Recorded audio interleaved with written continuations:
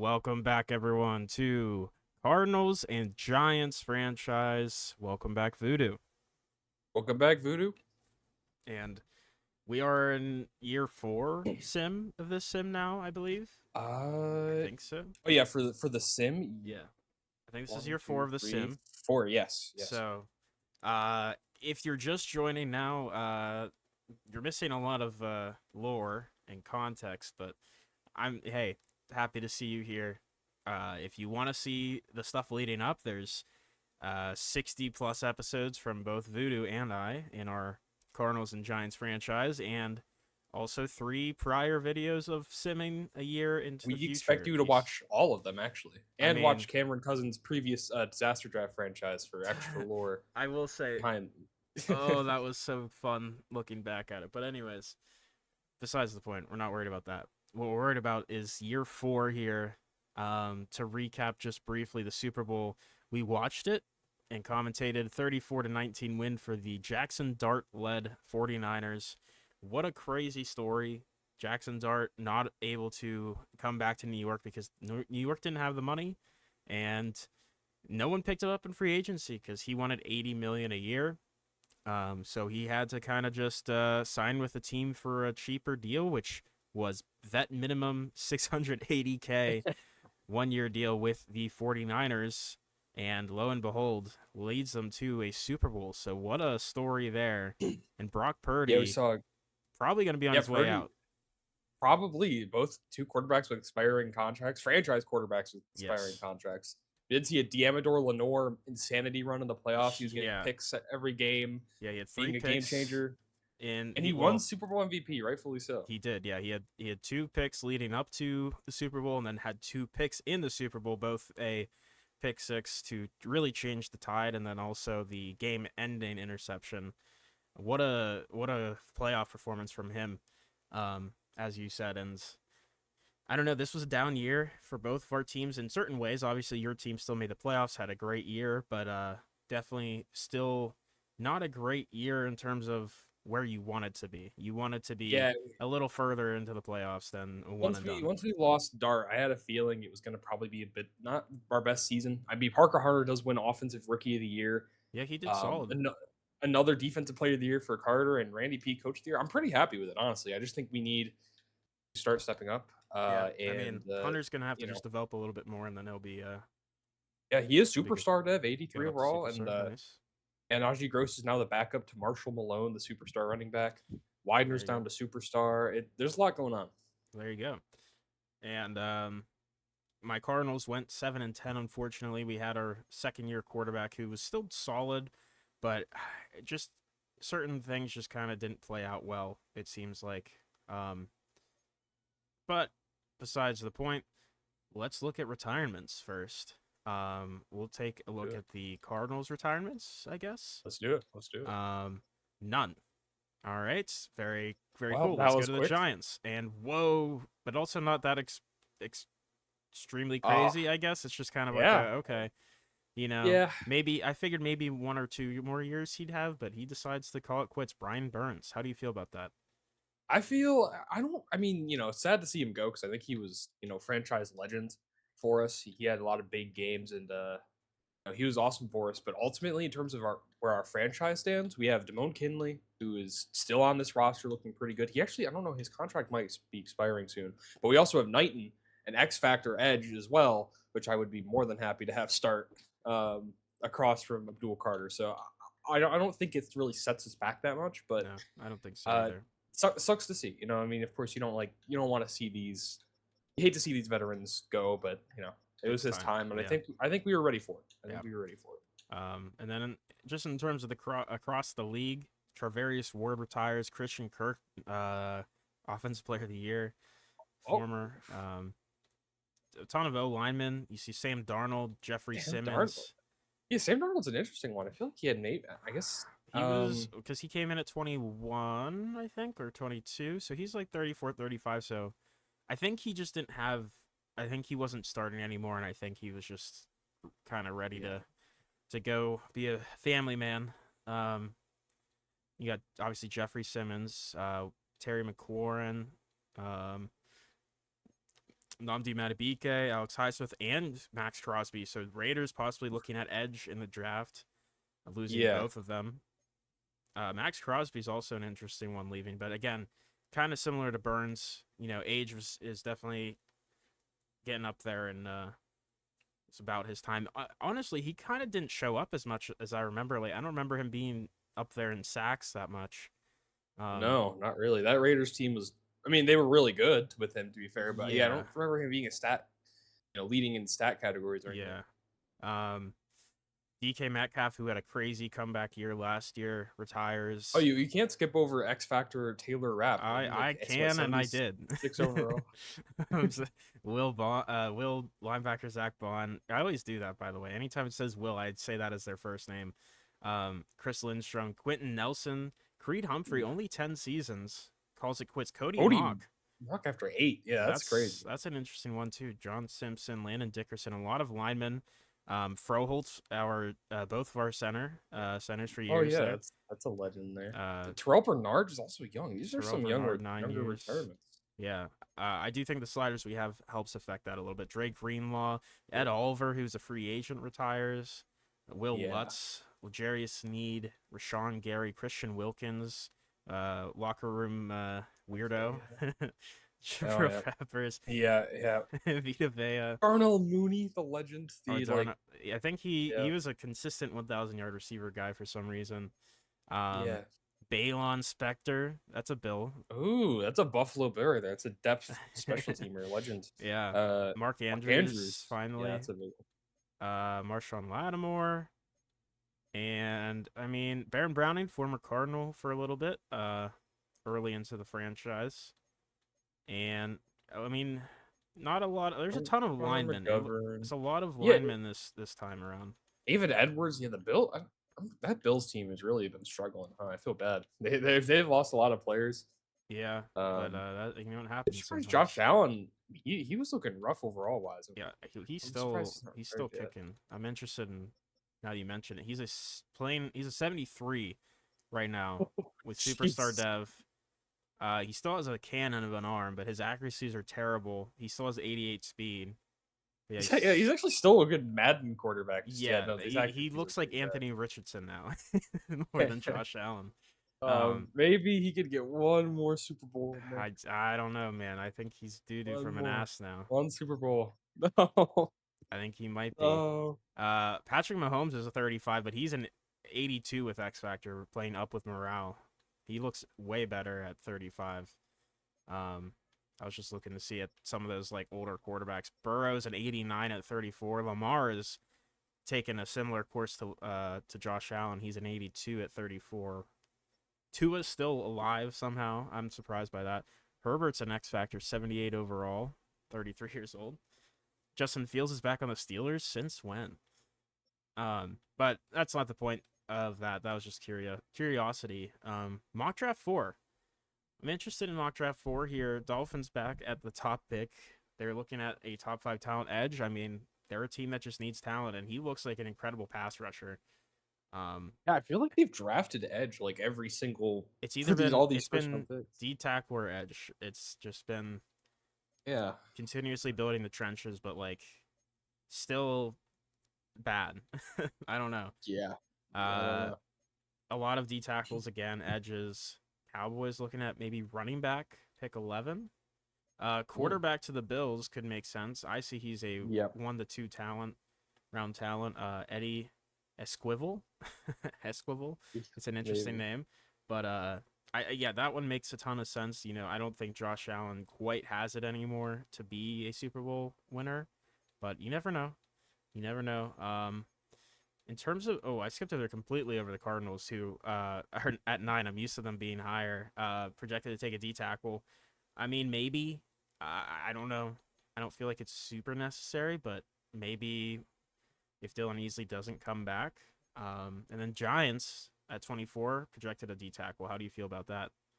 I like our D tackle room. I don't think we need a D tackle. I mean, again, well, I just have Yeah, to see after the free agency here. I don't that's know. true. I'm not looked at expiring contracts yet, but if if Yeah, we retain our defensive tackles, it's still Mason Graham and Derek Shields with are both pretty freaking good. So right. So it might. yeah. I mean, probably isn't necessarily the biggest need, but you never know. Um, Never. I guess maybe let's quickly look at the coach firings. Oops, wrong thing. Oh Just yeah. as, Do we have to go to Phil Staff or is it do we they do should have it been on this fired week? already, and then we'll look at Okay. who was signed this one coming up. So, Sure. let's see. So Buccaneers finally uh decide to cut ties with Todd Bowles and company. That feels like that was a long time coming. Um, how do you feel about the Colts getting rid of Dan Campbell after a year? I feel like you were very high on that move. I was high on that move. Maybe take a yeah. They were still a bottom four team. Uh, I don't know. I feel like you have to give him. I mean, we saw Campbell in his first season. That Lions team wasn't that good, but I think you need to give coaches more than one season. I'm Yeah, not really a big fan of unless like you. I don't know because like the Lions were already or no, sorry, the Colts were already bottom four team. yeah, Dan Campbell, of course, only took them up one spot in the right. power rankings, but I don't know. no, I still There's certain coaches where I feel like it's fine if you get rid of them after a year, but I feel like majority of the time you really should give coaches at least a second year. And I I agree. feel like a lot of these teams that we've been seeing that are just continuously cycling coaches are kind of just showing why they aren't a good team because they're not building consistency Yeah, at I all. agree. I feel like most of the teams we've seen haven't done these big splash coach Yeah, signings and then all this yeah, cycling. It's been like you get a young head coach who actually builds a franchise, right? So yeah, yeah. Like the Colts have been in here majority of the time. The Dolphins now getting rid of all of these guys again. Schottenheimer and D'Amico Ryan's head coach. I mean, the Lions cleaning house. I think they just brought these guys in last year too. Kellen Moore, I didn't. He actually lasted on the Commanders for a little bit, um, a oh year or yeah, two, and yeah, then he gets fired along with his coordinators. yeah. Yeah, Texans Kellen clean Moore has to be, I house. think, one of the most passed around individuals in the Yes, league. He just probably. keeps getting signed and Other than Tina tossed Pearl, around. Tina Pearl, yeah, yeah. well, that's a different But story. I would say the Dolphins and Colts have just been the teams that have been here pretty much every year. I think the other teams have taken years off, but yeah, those two have been in here every year, getting rid of Yeah, because guys. we saw the. I think did the Broncos make a coaching change last year? Uh, No, they still had Gaffney, didn't they? They yeah, still I had think they Gaffney. had Gaffney still. Um, yeah, I'm just looking at teams that were like high risers. The Like, Vikings, didn't the Vikings well, make yeah, a the coaching Vikings move? had they got Tomlin at one point. I don't know if he retired and then they brought someone else in, but they brought in Tomlin at one point. Um, there's a couple other teams I can't think of on the top of my Also, head, the but Steelers, who I think were making. I yeah, remember they were making coaching Steelers. moves, and they're not here. I can't remember who they signed, but they brought in. I know they had D'Amico Ryan's, and then they got rid of him, and then they got somebody else, and then they were good. But Yeah.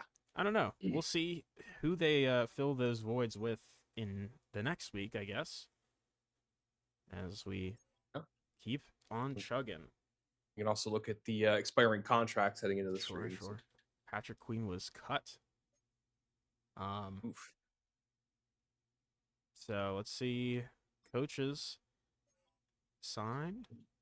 Scrolling down to the bottom. Looks like Dolphins made the first move and rehired. Hold on.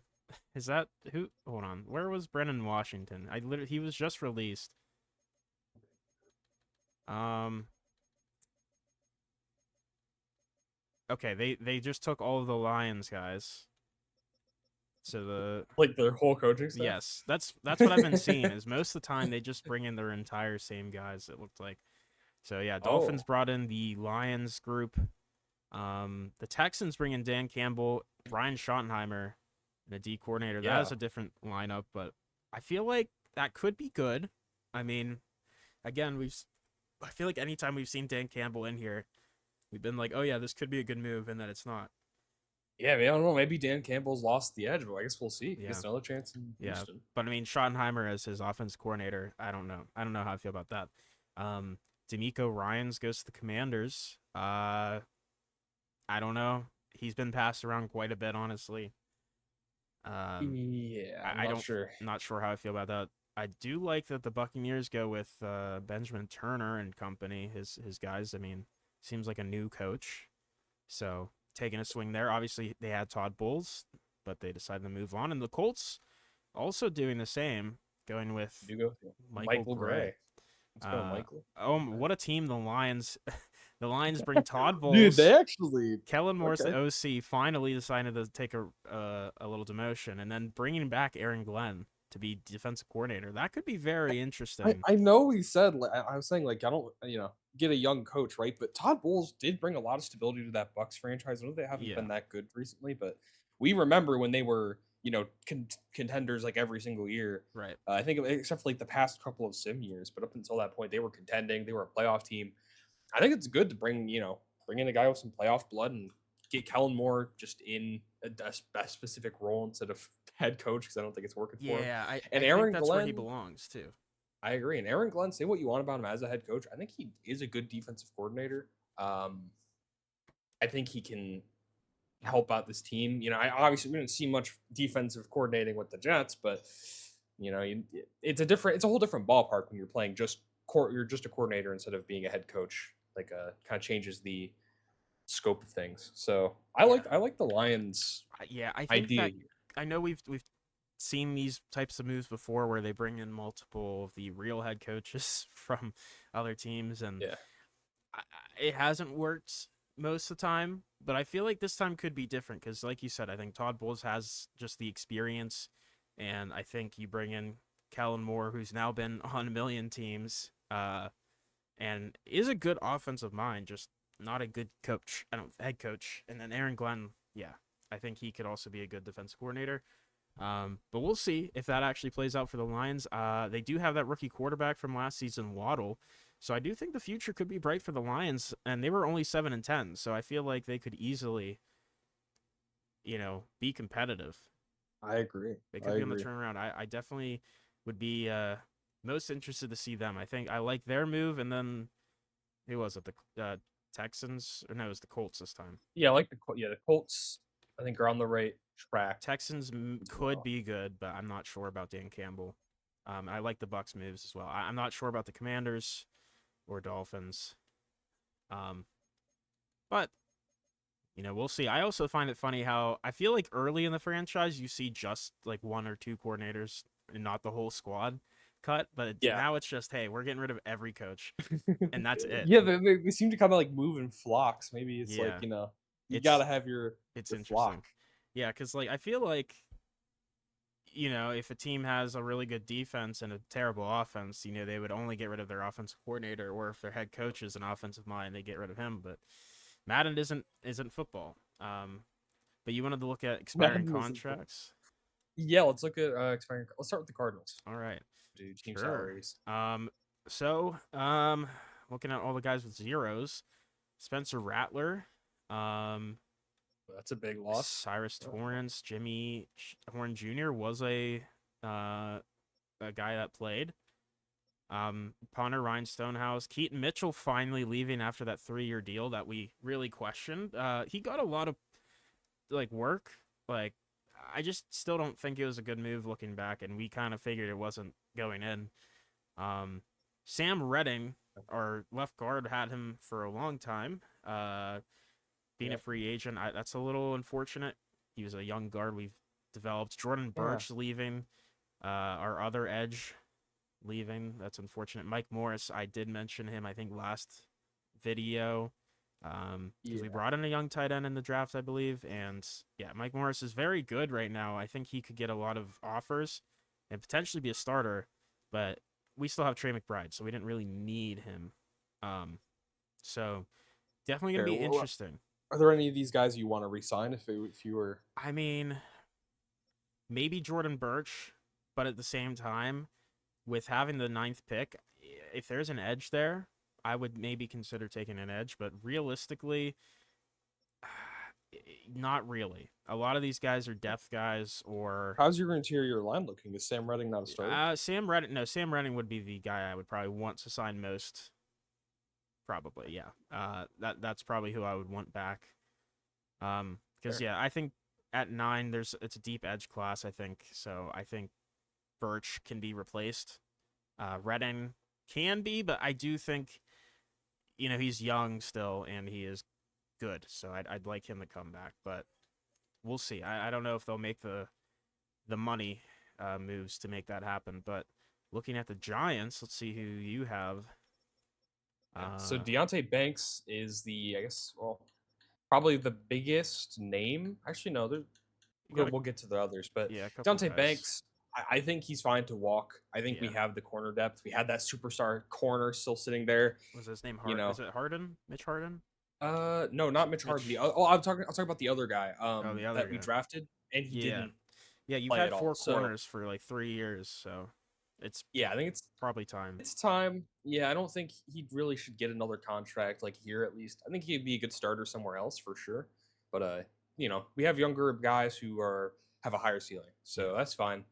McCormick, I think he was signed as a like after the draft, right? I I think he was just like think a so. plug and Yeah, I think he was guard. rostered Yeah, signed. Yeah, yeah, because look at the total contract. Yeah, he was getting paid scraps. What else? So yeah, a couple of depth guys. Not really concerned about it. Jalen Carley's was a depth linebacker. he got Not involved a really worried about decent that. bit, but yeah, not a He was unreplaceable. yeah. Najee Gross. I mean, again, he's now kind of out muscled, I guess, by Yeah, Marshall Malone. So he he's he you know really hasn't. I feel like, you could say I'm wrong on that, but I feel like he hasn't shown the potential that he showed whenever you had him in his rookie year and in yeah second year. well, I think he's a complementary piece. I never saw Najee Gross as a running back one. I saw him as a running back two, special teamer slash what have you. Right? He was never really meant to be running back one. Giants tried it. They draft a guy who's already out repped him, and it's yeah. I think he should be a fine depth running back on a roster, but I just don't. He could maybe be a starter somewhere else, but at least for the Giants, just wasn't Yeah. our bread and butter. Carlos Harrell, I would okay. Well, this is difficult because we have that superstar right guard Hmm. that I mean, I if I had it my way, I would re-sign Carlos Harrell and then slide the other guard, but for some reason they don't really like doing that. So Yeah, I'm honestly I wish they made that a Madden feature where CPU actually made the position change. yeah, even just like moving moving like a safety or something like some Yeah. interesting stuff would be cool. Yeah. Maybe you could turn it on or off or whatever. I don't know, but besides It's a the lot point, of work. I think But yeah, it's also for Madden especially. yeah. Yeah, it's freaking asking a lot. But Yeah. yeah, Carlos Harrell, he was a great guard for us, but ultimately, I think we already have a guy who can step in his place, and then we're gonna have to make the right moves. Right. Get some cap back, Dudley Kinney and Seth Bolden, both late round legends. Seth Bolden, of course. Cam Bolden's going to probably be sad to see Seth leaving, but his brother. But it Yeah. is what it is. And yeah, aside from that, honestly, I'm So not too upset about this. I feel like yeah, I feel like you had a couple years straight where it was a lot of guys needing signed, like obviously yeah, Carter, Scataboo, Jackson, yeah, the yeah. neighbors. Yeah, like So those four had to get signed, or not signed, and that happened all in like 1 or 2 years. So I feel like this is definitely a needed down year for your squad. I agree. I would be really upset if we re-signed Deontay Banks. That I would would be be the very upset. worst one because like at least the other two you could make a case for Yeah, having a Carlos Harrell, place like I'd be fine with him coming back and whatever. Even Najee Gross, like okay, but for a deal for a especially good if you're deal. yeah, if you're not paying him starter money, Yeah, fine.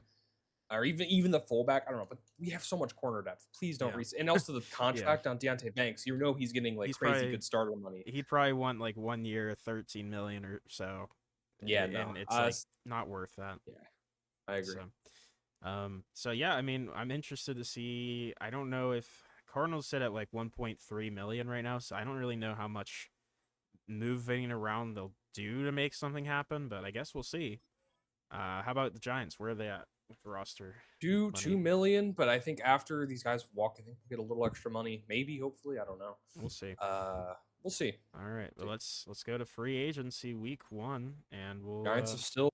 We've not signed a single free agent. Well, that's actually, no, true. we have, but not in the free agency period. That's true. So far. So Cardinals have, but nothing like super crazy. It's been, a lot of depth pieces. We'll to be keep. fair, we do have like a lot of elite players on our teams Yes, getting we paid, we so a lot of signed that money's going way to we signed way more yeah, earlier on when we had money, and now we don't have money. yeah, So we'll yeah. just keep So sitting. a lot of that money is going to retaining talent. That makes sense. Absolutely. Let's quickly look at mock draft 3 before we do anything else, or 5, I should say.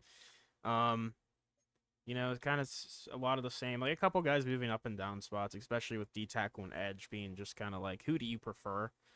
Uh, Yeah, so you went from being projected the D tackle, you're now projected the edge, Brett Charles. I would love that. I think that would be perfect. I doubt we brought Birch back, so we have that rookie who won Defense Rookie of the Year. Um, and now if we bring in another edge like Brett Charles, who, just looking at him, looks pretty solid, pretty Mhm. great athlete, and a lot of A's. He does have an F injury, so maybe injury could be a concern, but I think he is a super talented edge rusher. Also, wouldn't hate maybe going the guy below where the Lions are taking Pat McDaniels. He's also a round one talent. I would be happy with either of those guys. But moving further down, Fair enough. Panthers taking a running back that the Cowboys were looking at, maybe. Um, Heading to Giants pick. Uh, the D tackle still. I don't know. I still don't think it's a good idea for you guys to draft D tackle either. I agree. I think it's one of our more loaded positions because we also even have Right. the star guy behind these two. Yeah, I don't agree. I don't agree with Yeah. the D tackle I don't, play. to be fit. Okay, why are the Niners projected to take the quarterback now? Maybe they didn't resign either of them. We'll have to Did see. they did Maybe they oh, it's didn't. gonna be We'll fun. we'll Oh wait and god. watch. But they're projected to take Eddie Viscool, which, yeah, that would be. See, that was a factor. I was like, maybe they do that, but I kind of counted it out because of the amount of money they had. But maybe they wanted to sign other people, and Maybe they're hoping to get Dart on maybe both of them on the veteran minimum. Oh, that maybe might be the play. maybe Von Herren will come around. I don't know what deal he signed with the Eagles, but we'll see. Oh man. I've seen a couple things on the side that are very curious, make me Yeah. curious here. But anyways, Okay. Let's let's go. click in. Let's click it. Wow. Okay. There's a lot Start of with big quarterback. a lot of big names Yeah. here. Oh, what the? Okay. Jackson Dart is a New Orleans Saint. So What? Did who they have Mitch? the Oh rookie my God, still? Mitch Wilds was Mitch so Waltz. good. Okay, Dart is over here stealing people's maybe, jobs. yeah, Oh my six. Okay, he did get a contract that he wanted though. 6 years, 126 million salary, Jesus. 266 million bonus. I will say, maybe the Saints saw them, the Niners pick him up and win. They're like, this guy's the answer. But I don't know. I don't think it's a good idea. Purdy's a Colt, which I honestly think is a really good move because they've had terrible quarterback luck. Yeah, they had Anthony Richardson. They all had Elliott Fultz for a bit, and they gave They've up had on a him. lot And of Anthony young Richardson's guys, just hasn't worked out. But 3 years, yeah. $73 million salary is quite a lot. But like, I think Purdy going here actually could be good, especially with Dan Campbell at the helm. I think could be a good I agree. option. Oh, Josh Carter. interesting. Yeah, he's a Bill. Okay, So I don't think they're drafting quarterback now. Yeah, probably three not. years. But yeah, Steelers first round pick or second round pick from a while ago just didn't ever really panned out for them. Uh, Check the Anthony Richardson. oh my goodness, Anthony Richardson to the 49ers. What a fall from grace. They had a chance to bring Why? back, Why? I don't know. Maybe there was like an internal just something went down with between those two in the franchise. And I mean, there was Oh, no way Purdy wanted to come back to San yeah, Francisco, but but they why brought in is Anthony you Richardson. don't fall from grace? You go from Jackson Dart and Brock Purdy to Anthony Richardson, dude. That's crazy. Gabe Pearman's still here. Like I mean, Shane Sledge. I don't know. You could have. Oh man, or I Andrew mean, Ortiz. they're like Sam Reeves, Shador Sanders. Yeah, I mean, I don't Sam know. Reeves. I don't know. Oh It's god. very interesting.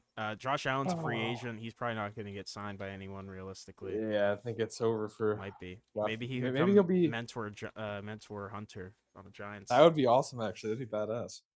He Um, really want. I mean, he really wants to come here. He's a max bar. there He'd you love to go. be here. I'll say Purdy wanted to be a Cardinal, but we didn't have the money. um, let's go to the running backs. Only one starter, Zaire Frey. I forget who he was playing for last year, but he's a Colt. Um, a handful of guys. Aaron Brown once again hits free agency. Elliott Farr, I can't remember who he was on, but he was solid. A lot of solid running backs. That definitely will get signs. Jonathan Brooks, who was in a Super Bowl not too long ago. Najee Gross remains unsigned for you there. Saquon Barkley still has X Factor at 34 years old, 81 overall. Tyrone Tracy could be heading back to the Giants. Who knows? Yeah, hopefully not. Yeah, there's like a lot of solid running backs in here. It's just I think teams are waiting till after the draft to bring Yeah, him it's in. just too deep of like it's just too deep of a honestly like position. Yeah, A lot of teams either have drafted an elite guy or again there's just so many pretty good running backs that you right. can kind of wait. Yeah. Not really urgency. We actually have two fullbacks signing, both going to the Broncos because why not? Seth Bolden remains unsigned. Your Strong guy move to there. continue their Super Bowl chase, of Yeah, course. a big receiver signing for the Bucks, Jordan Addison. Oh, Very interesting. 90 overall headed there. All the other guys signed. There's two Colts guys that are like 77, 78 overall, and then Vikings bring in some depth. Outside of that, there's some like older guys here. AJ Brown. There's like a couple of younger guys in here that are like decent, Max but Speed McKee. Yeah, wow. oh He's not yeah, Max even. Speed McKee. I forgot about him. 96 speed, 25 years old. Some of these guys will definitely hit a roster at some point, but yeah, Yeah. there's a lot of like older guys once again that just they're not gonna probably get. Yeah. Tight end Mike Morris, former Cardinal, heading to the division rival Niners to be the Ooh, Kittle replacement. That's a really good signing for them. yeah, it Him and is. Anthony Richardson gonna go crazy. Outside of that, like some just decent backups or second guys maybe. Jalen Thomas, he was a first round pick, wasn't he? He remains unsigned. 85 overall. I feel like the Jalen Dolphins signed him or Thomas. something. Maybe it was a second Yeah, round pick. I don't know. Theo Johnson's also here. Yeah. Yeah, again, like I feel like there's a lot of depth in this. Chigakonkwo is an X Factor at 31 years old. Crazy. Yeah, I think the same thing, there's a lot of solid options down here, but like they're probably going to wait to see Yeah. what they get and see where they're at money-wise. Uh Left tackle, only two guys signed. Former first round pick Dom Higgins, I believe. I believe he was a first round pick, right? Dom Yes, Higgins. I think he was a Yeah. Texan, if I'm not mistaken, or maybe I mocked him to the Texans. I can't recall, but yeah, not. I feel like we've had better left tackle classes from free agency. So Yeah, no. Aside from Higgins, who will probably find the roster, the rest of these guys. I mean, Junior Watson, he's 79 yeah, overall. there's solid Started, like depth options. Maybe rotate like bridge guys, but yeah, I mean Ozzy Trapila and Ken Barnett, only two guys signed. I think might start, might not. sense. Uh, we'll see. Left Ooh, guard. Two big names we care about: Sam Redding, former Cardinal, now a Saint, yep, going with Jackson Dart. Um, there you go. and Jose Morales, Same former one. Giant, who was signed to a 1 year deal, now is a Bill. Yeah, that's cool. I mean, we both got our guards and Yeah. sent off. Speaking of the Bills, they also signed two other star dev guards, because why not? At left guard. Sure. A good Uh, rotation going there. yeah. But, like, yeah, kind of again, not a ton of amazing options, like, as starters, like Yeah. maybe bridge guys in here, but those were the kind of the best ones available. Um, Moving to center, Drew Dahlman, Chris Oglesby, and Bills bringing they're really redoing this line. It looks like, of course, Yeah, after which Josh much Allen. needed. Yeah. Yeah. I feel like Why that Allen why contract was why did probably the Saints sign a 58 overall center? Um, to 1 million yeah. no bonus. But again, not Yeah. like I mean, maybe Eric McCoy gets signed, but other than that, not a ton of amazing options as like Yep. starters. So, right guard, Sure. there you go. Your guy Carlos Harrell or Harrell, however we want to say it. Going to the Browns. How do you feel about that? Going to be with Ooh. who's their quarterback now? I can't remember. They've had four guys. It was Von Herron and Is it who's the Cole other guy? Is Cole Cole Marshall Marshall. still Yeah, Cole Marshall. is that their I don't starter know. still? I don't know. I think he I was can't their guy. remember. I think it I think. is. Okay, but yeah, that's good for them. I like that. I mean, Carlos Harrell was great for us. Good for him getting his bag. I know Barnett to the Packers. Actually, quite a few signings here. Yeah. Probably more than I expected. Honestly, you have like Saints Ash Jones over here. yeah, Saints getting this Fernando Peralta, who's a superstar right guard. He's Oh, a 75, 25-year-old, but like 1 year for like a total contract of like 3.5 million is a steal. yeah, I think the Saints are currently winning free I agency right now. It's Which is probably the first time I've crazy. said that. Which is I don't crazy think they've even. considering They Good, yeah. brought. Well, it's crazy considering them signing Dart to a crazy deal while already having a really good young quarterback. Calling that a win, but it is. It just they're making the best moves right now.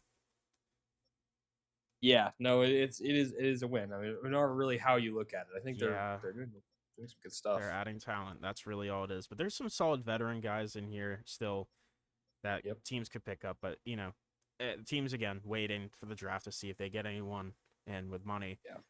Browns again getting the Crockpot Dakota Crocker to The play right Crocker, the tackle. They're Crockpot. they're building their That's O line huge. too.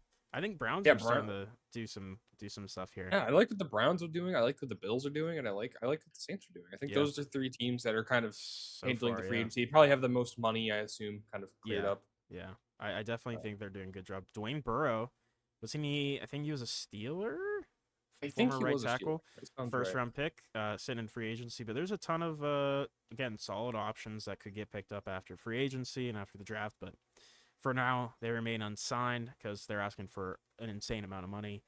Moving the Ooh, defense, this is the they're big probably the name I biggest saw. signing. Yeah, Yeah, this is an interesting one. How do you feel about Aiden Hutchinson heading to division rival Bears of that's. the Lions there?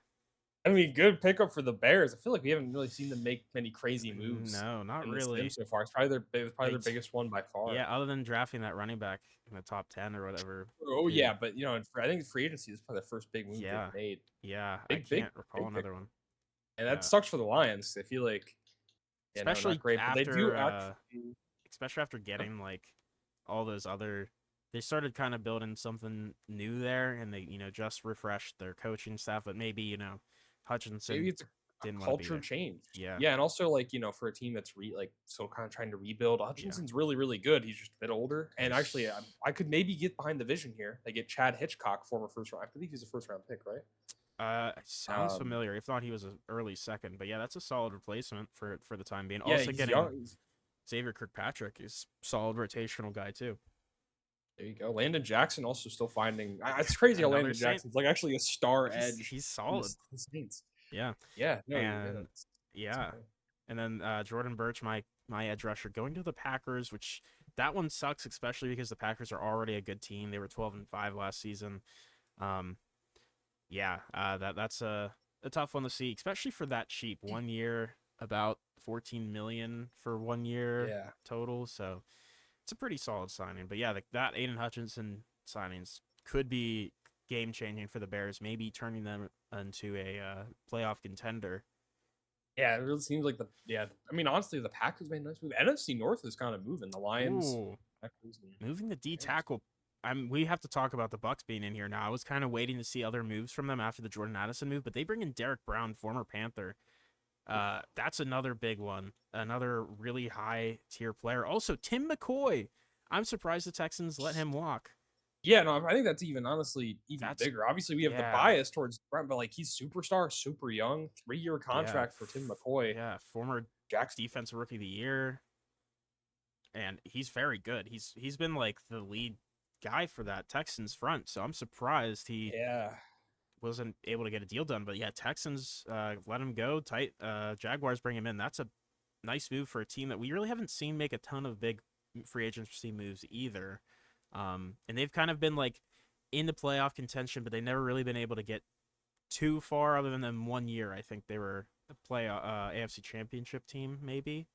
Um, yeah, and they made yeah, the they've Super been Bowl like, against me. That's true as well. But but it's about high time that they make a splash. Also yeah, offered Collins to the Bills. I like what the Bills are doing. Um, yeah, no, I think whoa. yeah, Tim McCoy is crazy. I Not didn't gonna see lie. this. I don't know if you looked over. D tackle class is crazy this year again. Dexter Lawrence, 95 overall, remains unsigned. Oh yeah, He's asking for $33 million 1 year deal, so he'll get picked I up for cheap. well, yeah, because I was gonna say Derek Brown. They're pretty similar, but I guess yeah, Dexter Lawrence is just kind of putting a bit too high of a price tag on Yeah, himself, so he'll probably get picked up for a veteran yeah. minimum after the But there, draft. but I think we we Yeah. we touched on this before. But there's a ton of really good D tackles here, including former first round pick Trent Pierce. Um, again, they'll get signed after free agency, but it's just the influx of D tackles in these past 3 or 4 classes have just absolutely Yeah, just completely ruined the market for a lot of these guys. So a lot of these guys yeah. heading to the UFL, you'd imagine. Um, but That's crazy to think yeah, about. yeah. But right edge, a little bit of a quieter pickup. But I think Eric Weston is a. Is he a former Niner? Or am I I completely don't wrong? know. I don't You know. It could be. sounds. I think you might be Might be. completely wrong, but I couldn't tell you. But he's a solid pickup there. And then Mike Byrne, also another edge to the Lions. So they're really just trying to solidify that group. Being younger at the position is fair. And not as many big names here, like Yaya Diaby's here. A couple guys might get signed, but nothing super wild here. D tackle is very crazy though. Um, Sam linebacker, a big pickup for the Bills. Your in Yeah. real life favorite team, Jonathan Zayas. They're finally making moves now after Josh is gone. They're like, Yeah, okay, now that that guy's gone, let's now let's actually get him start money. signing some guys. Right. Yeah, no, the contract absolutely opened up. Yeah. Good move there. Aside from that, your Cardinals did sign DJ DJ Moreland. Moreland. There you Um, go. I don't know what our obsession is with signing. He was our only signing, by the way. Like only There you go. signing Sam linebackers, and that's all we do. But I mean, he's solid. 1 year, 1.3 million. That was like literally all we could afford. We had 30K left. There Sure. you go. Um, Mike linebacker, this one intrigued me because Fred Warner left and now he's back with the 49ers Back after to they Niners. won a Super Bowl. And then, of course, his quarterback is now Anthony Richardson. So good luck with that, buddy. You left at Yeah. the worst time. Yep. He was waiting for Brock Purdy to leave so he could come back. He's like, Right. oh, I gotta wait for that guy to Yeah. hold him out. I do like the Jaguars snagging LaShawn Hall. I don't remember his name, but he's a pretty solid player. Might have been probably a second or third rounder. Because like, linebackers aren't really a first round Yeah, not very pick up often. usually. Yeah. Um, and really, I mean, like Roquan Smith's there, but not a ton of great names at this point for linebacker, for Mike linebacker. Will linebacker, another Jag signing here, Ben Sanchez. I like this signing too. Yeah, Jags are actually kind of starting to steal the Saints thunder. And Peyton Wilson. They got Peyton Wilson as well. Oh Holy yeah, moly. superstar mentor there, and Devin Lloyd going to the Saints, another solid signing there. Really, again, not a lot of like. There's really most of the guys left are just depth, probably. Yeah. In the Jalen will. Carley's. Yeah. Looking at corner, Deontay Banks goes to the Colts. I like that signing for them too. That is a good signing. And also Not that former first round contract. pick. Former first round pick Silas Cleary goes Yeah. to the Browns with also a pretty cheap Yep. contract. And Terrence Peake, him and Terrence Peake, both first round picks formerly. Ooh. Um, Yeah, that's a good little DB room. Packers brought in two identical looking corners, Peyton and German. Ronald Brooks to the Lions. I like those pickups for those NFC North teams too. And I mean, those were mostly the best guys. Sterling Rich was a Seahawk I remember seeing a lot, but some solid options maybe if they want to get signs, they could. But no one really sticking out that's left behind there.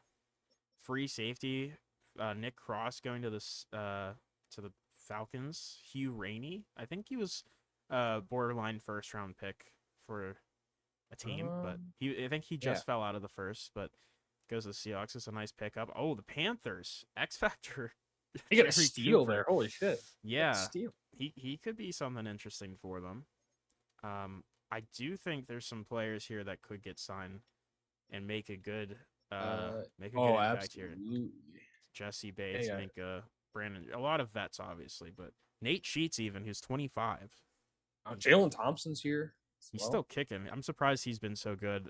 Justin Reed's still around too.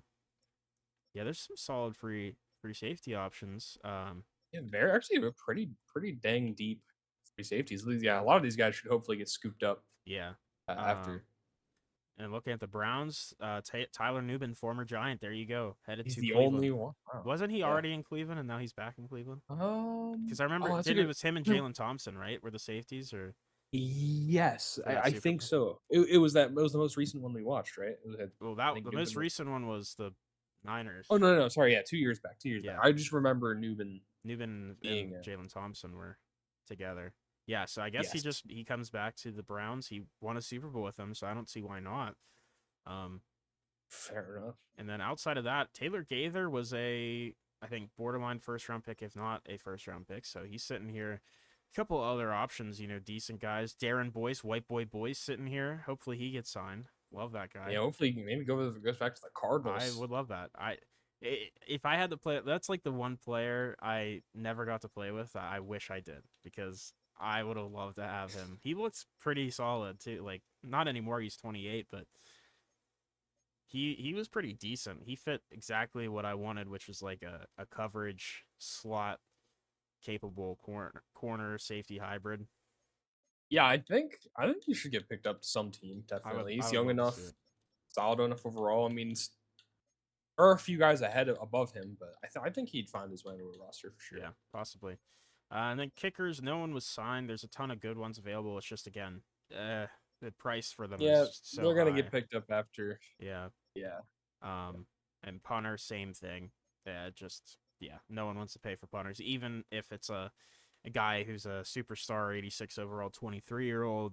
I'm pretty sure the Giants picked up like Matthew Hayball after the fucking like they we yeah. Yeah, I don't think yeah, any teams are trying to spend money on special yeah. teams. Although Falcons can afford a long snapper contract, Mike Noel. Oh, there you go. There So you go. He's there's getting that. paid more than he got paid, he's getting paid more than Jackson Dart did in San Sure, Francisco. sure. But Jackson Dart is clearly getting his money now. Yeah. Very. I'm very surprised still the fact that the Niners didn't sign any of those They quarterbacks. let both of those guys walk, and then they were like, I got just the guy, Anthony Yeah, Richardson Sr. Focus on the yeah. Niners. I don't know if we're gonna see them repeat this year. They still have a good roster, but yeah, quarterback was a big reason why they won the Super Bowl. But all right. So yeah, some very interesting free agency there. Did the Giants sign anybody? Nope. Nope. Once again, no. I'm And still to be fair, surprised. we're poor. I mean, I think this is a team. There are some teams in the NFL that are very like talent retain heavy, Yeah, and they don't do much in free agency. We only have $2 million, and again, I think we're just I'm just extending shocked. contracts. I'm just shocked because the Cardinals had 1.33 and managed to get one guy for 1.3. So they're sending out 30K and they're happy with it. So yeah, I guess I don't know. I have no clue. It's very interesting. But We have a big need at center and guard, so yeah, I guess I really hope so. We have 61 overall left oof, guard, and 62 overall center. So yeah. let's maybe Let's see. draft one. I don't know, guys. Yeah, let's head to the draft. I guess. Well, I guess Orlando Conley for the Ravens really wants to see pass rush upgrade. Chargers Lad McConkey says, "Hey, Herbert's not good enough anymore.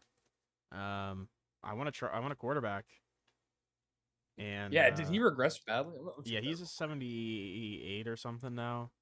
He's still all right, but yeah, definitely could use a new guy. But I will say I want to look at my team and see where our big needs are. Um, I mean, definitely could see a backup quarterback be drafted here, but that's not a first round need or anything. Could go receiver 3. Ramos and Harrison are really the only guys here. Oh, I completely forgot. We have Jaron Finnegan. Is that left guard superstar we drafted in the first round? Yeah, no, I'm fine with Sam Redden going. Never mind. I completely forgot about that. Right guard, though, is a big need. That's really the only spot that we need to fill offensively desperately. Edge as well for the Cardinals, big need. And then who has X Factor? Zeke Teague has X Factor. Okay. Could also see a corner. They need a third corner. But yeah, the Cardinals are still a surprisingly really well-built team. Definitely really just need a right guard badly because we have no one. Yeah. Yeah, no, we need center and left guard. That's really all we need for starters. Tight end 2 would be okay, but we also have this Velez guy who's star. I don't know.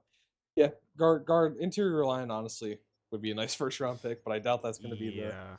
I the mean, pick. So we'll see. yeah, 'cause We'll Giants see. still have. By the way, did you see JD Rose's X Factor now? Yes, no, he looked really good, and he's Yeah. probably going to surpass Jalen Thompson. You mean Uh, Javon I Holland? Sorry, okay, You John never had Holland. Jalen John Thompson on Holland. your team. Jalen Thompson. I was just dreaming about him. No, Yeah, but I mean, I don't blame you. Yeah, I feel yeah, like the no, Giants are still a very well built roster too, and yeah, like you said, if they just fill those gaps at the left guard and center position, they could be a true contender for Super Bowl. Um, I and agree. hey, maybe they're waiting for after the draft with there's a couple guards and centers, that they could sign for vet minimum. That's true. That's So true. we'll see. I Yeah, mean, we have made moves after the draft. That's been the that's free true. agency signings we've That's made. been the The move. McCormick. I mean, maybe Yeah, that's the play. That's maybe. a complacent pickups there. Yeah. But let's hop right into the draft here and see what our teams decide to do. So who's in play? I guess I mean honestly, I think there's gonna be a lot of defensive line, just fair. Yeah, What any teams here in play for a quarterback? Do you think? I think the Chargers would be possible. I think you know I would say maybe even the Ravens. Chargers, maybe Ravens, Niners, absolutely with bringing Anthony Richardson in. Um, Yeah, Falcons have an outside shot. Um, but I think otherwise, that's pretty much it. Like I wouldn't exactly say most of these teams need a quarterback in the first round, but we'll see. I actually don't even know what the quarterback class looks like fully. There's two guys worth drafting, I'd say. Eddie Escobar and Marco Magana. Both are first or second round talents. So, two guys that definitely could get picked up for a team and placed right into a starting role. But let's just sim straight to my pick. I believe will be the first one. I think it would be the Uh, Jags. Or no, you're right. No, you forgot you're picking so high. I'm not yes, used to I'm that. not. I mean, either.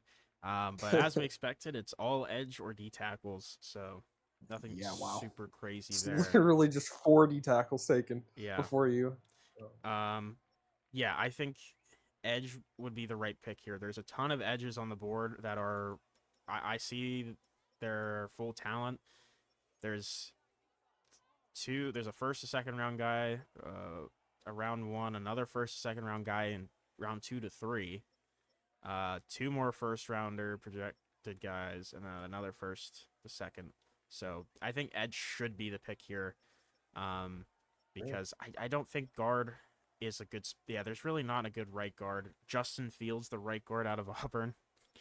Yeah, I think unfortunately for you, this is actually a really horrible interior line class. So That's rough. Well, yeah, might be waiting for after. Honestly, the entire line isn't very good. There's one first round tackle, and then there's literally no one worth drafting until round 3, probably, or 2, maybe, for this Jermichael Pace guy. But yeah, I would say if I were to actually make this pick here, I'd be taking an edge.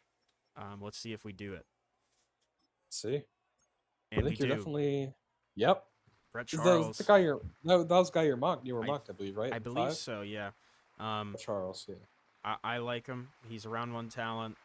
I think edge losing Jordan Crowd's Birch. booing a little bit. What's Oh, the? I heard clapping. I don't know. For me, I hear boo. Interesting. It's mean. Maybe because it's hosted in maybe it's in San Fran or something. They just hate the Cardinals. Or, I don't or, know. or maybe yeah, like they don't want them to go to another Super Bowl. Yeah, maybe. I don't know. Again, a lot of D tackles. We do see Eric Neal, the running back, go to the Panthers, so that's intriguing. Yep. Lad McConkey's gonna have to deal with Herbert one more year at least in the first round. Yeah. A lot of D tackles and edges, still corners available there, and Jaguars on the clock. We don't care about them really. D tackles, we see the one first round tackle go to the Bengals, who've needed an O line for like a decade now. And Yeah. I have a feeling that Rams Don Colvin guy might be the best player in the draft because I don't really feel like safeties go in the first round that often, and when they do, they're that like build where they're generational. Yeah, that's fair. Yeah, safety is not really usually a first round pick, So especially not like late. Usually maybe late first round, but not that. not 22 is a little Ah. slightly early, but where do you think the Giants Yeah. are going to go here at 24? I mean, where do you Where do think I? they should go? Or they should go. I would honestly go with something like receiver. I don't know. I mean, honestly, this team's really well rounded. How about Obviously, if there was a good interior line, I would say guard. how about I give you Juan Uh, Peak, the running back out of LSU? Maybe a on little peak. nepotism Uh, there. oh, you're right. Oh, Or maybe actually, I mean, if do they go Eddie Escobar? oh god, yeah, don't put that in Randy Peake's head. I think where they're gonna probably go. I mean, likely they're just gonna take the D tackle. I mean, or Yeah. actually no, is he gone? Eric Parrish. Maybe Parrot. I This don't D know. tackles, the D tackles have kind of fallen off here. I don't There see like are. crazy. Would you be mad with an edge? I know you have that Stockton guy, but like, I would be mad with an edge. We have way too much depth there. I just don't see the not enough. value. We have like guys under contract for many years. I'm pretty sure. I don't know. I don't see the edge pick working out Fair. unless we literally just retain no talent at edge, which I don't know. I feel like the one thing that they've done is retain defensive edge talent. Absolutely. So, uh, yeah. Aside from that, maybe I mean, if you get a generational running back, maybe, but I don't think any of these guys look generational from first glance. I'd have to do more digging, but yeah, I don't know. I think what I would like probably here maybe if you get an elite receiver, I don't know. Just picking at the spot, there doesn't seem to be many elite offensive guys. Yeah. No good really interior offensive linemen. So Yeah. I it feel like in real stuff. life, this would be a trade out situation Yes, because yes, there's plenty of absolutely. teams who'd want to trade up for one of these edges, but Yeah, if I obviously, was in this position, I would definitely trade out of the first round yeah, and get some picks, or even just like trade for maybe like a player. like an interior lineman. Yeah, just straight up. Yeah, Yeah, could yeah. that? But obviously, Madden doesn't have that coded in the game, sadly, which would be No awesome if draft. they did. That'd I be would sick. Draft love day that. trades would be sick. Yeah. Yeah, and maybe you have like a slider that affects like how often they are, so like you could have just You constant get some trades. crazy, just a bunch of trades and trade ups. That'd be funny. Yeah, someone We'll trades see. from pick 32 to 1 to take a quarterback, even though they already have a quarterback. Um, I guess. but yeah, Guess we'll see, right? let's see. Giants take corner. Oh. So replacing Deontay Bangs. Okay. Well, we have Deontay. All right. I mean, you know what? Drew Phillips is older. Sure, Maybe yeah, that's the sure. play. I think. I mean, he might be on an. Yeah, he's older. I think he might be on an expiring con. He's 29. I'll take a look at the contract in a second. But yeah, I Yeah. think I mean, it's better. I would say it's probably better than edge and D tackle, but here. it's still maybe not the biggest I agree. Not, spot. but it's just tough because like there's so many spots where it's like I don't know, like it's just not a great draft situation for the Giants. Like I think what we said it best was just like they needed to trade out of this pick. Yeah. Uh, receiver, I guess would have if you get a great receiver again, Sure. Yeah. maybe that'd be cool. But you get a guy behind me, Yeah. the elite two. But whatever. I think it's fine. Should be fine. Yeah. We'll see how Uh, good he is. Who knows? yeah, maybe he'll develop and kind of maybe that's the whole play is just like develop a bunch of defensive talent and you know what? We'll see. I'll Yeah. trust the Giants here. Yeah, we'll see. And we get some corners off the board, D tackle, edge. You get that one guard who's a second and third round talent, or at least projection, going to the Chiefs. So maybe the guard wouldn't have been a bad pickup for the Giants, Yeah, but Michael Pace. Yeah, uh, I don't know. you got a tight end to the Vikings and free safety to the Broncos and Niners. Let's see if they pop up his name. Belser. Who is that? A corner. Okay, Corner. so they don't decide to go quarterback. So we'll see. That's good. No quarterbacks drafted the first round. I'm sure there will be one or two guys drafted here, but we will have to wait and see till after we sim the whole draft. Um, yeah, I mean, I don't know. I feel like that Giants pick is interesting because I do feel like you could either just be best player available type situation there, and I think corner is at least reasonable. But yeah, I do think maybe trading back would have been a realistic option if given that capability. But let's take a look at the Giants draft. Sure. So yeah, so that corner, I mean, he's solid, 75 overall. Ooh, normal dev. He's normal dev though. Ugh, Mm. yeah, that's not great. Yeah, he's not Um, terrible, but I yeah. do like this second round pick, Nico Quintana. A will. I'm pretty sure McFadden either he's getting older. I don't He know his is, yeah. contract situation. I think he might need an extension soon. And I like that Quintana pick quite a bit actually. Strong safety depth. I mean, Strong Hufunga's getting up safety. there too. Yeah, Hufanga is getting up there. So, yeah, if it was free safety, I would have been pissed because we Yeah. have JD whatever. But no, strong safety is actually a pretty good one as well. I Yeah. for some reason I guess we're only You know what? Yeah, fair enough. How do you And feel about Channing Marshall, Cole Marshall's brother, Cole Channing Marshall Marshall's to the brother? Yeah, how do you wow. feel I about think the they're literally the future quarterback? exact same face too. They That's are. funny. Yeah. Yes. Sure. We need a backup quarterback. Uh, I guess. Sure. Yeah. Whatever. I don't Not really know what to say about not a that. But bad draft. I will say again, no interior lineman though. That yeah, I guess seems we're odd. really hoping that we're gonna have to see maybe also like at the start of next year, like maybe do like a sim or two and see if there's any good free agent pickups. Cause see where those other free agents went. Yeah, 'Cause I for hope we sure, get for some sure. interior line. I would Because imagine you have to sign somebody. So, I um, don't know, man. but heading to the Cardinals, I am thrilled with this draft so far. Brett Charles, 80 overall, coming in. Wow. He should be excellent across from the edge from last year. I hate that he's wearing number Whoa! Oh 77. my God. And then Bringing you look in at your Clay. 99 speed. Oh, I didn't Clayton see that. Keller. Clayton Cobb. He's, yeah, 99 speed's Good. crazy. He is a normal dev, but we did need a third receiver, and I think he fills that role very well. Could develop into something. Who knows? J.P. Norton at running back, hidden dev. I mean, sure, didn't really need him, but it doesn't hurt because running back isn't as deep as we've had before. Matt Crothers, 63 overall quarterback. Ooh wee. We did need a depth quarterback, so I don't hate that. Marquis Hearns, 72 overall corner. He's fine, normal dev, but another D tackle, another running back. I guess. Yeah, I like the big picks though. Those are pretty solid. Um, Yeah. let's look at the entire draft. And that running back who went to the Panthers is an 85 overall. Um, Oof. yeah, he Man, looks another good draft, pretty another good. multiple over 80 overall class. Dude, Yeah, after we stop playing, it's just like, okay, now we bring yeah, in the real yeah. classes. Some very good ones. Jarvis Thomas is an 83. He has 89 finesse move coming in. Yeah, I mean this is a really good draft class, as you said. That Colvin, not generational maybe, but he's very good. 81 81's overall. really good. He Yeah, I is think the honestly, these bloated classes have really given us a yeah. skewed perspective. I think 81 is pretty, maybe close to generational. It's I think up there. Yeah, especially it's very good. if he's X Factor, especially, yes. Like, that'd Yeah. be Um, awesome. But yeah, a lot of really good players. Justin Fields, that guard, you're probably crying right now that he is a 79 overall, and you Oh, could have had that's him cool. easily in the pick before. They got picked right after too. He is normal dev, That's but funny. 90 run blocks straight off the rip. That's very impressive. That's cool. Oh, that's not what the Giants do. We're gonna get poop Yeah, guy one and poop guy two in free agency. yeah, We don't need the draft. yeah, very, Wait, very much Justin so. Fields? Yes, yeah, Just Justin Fields.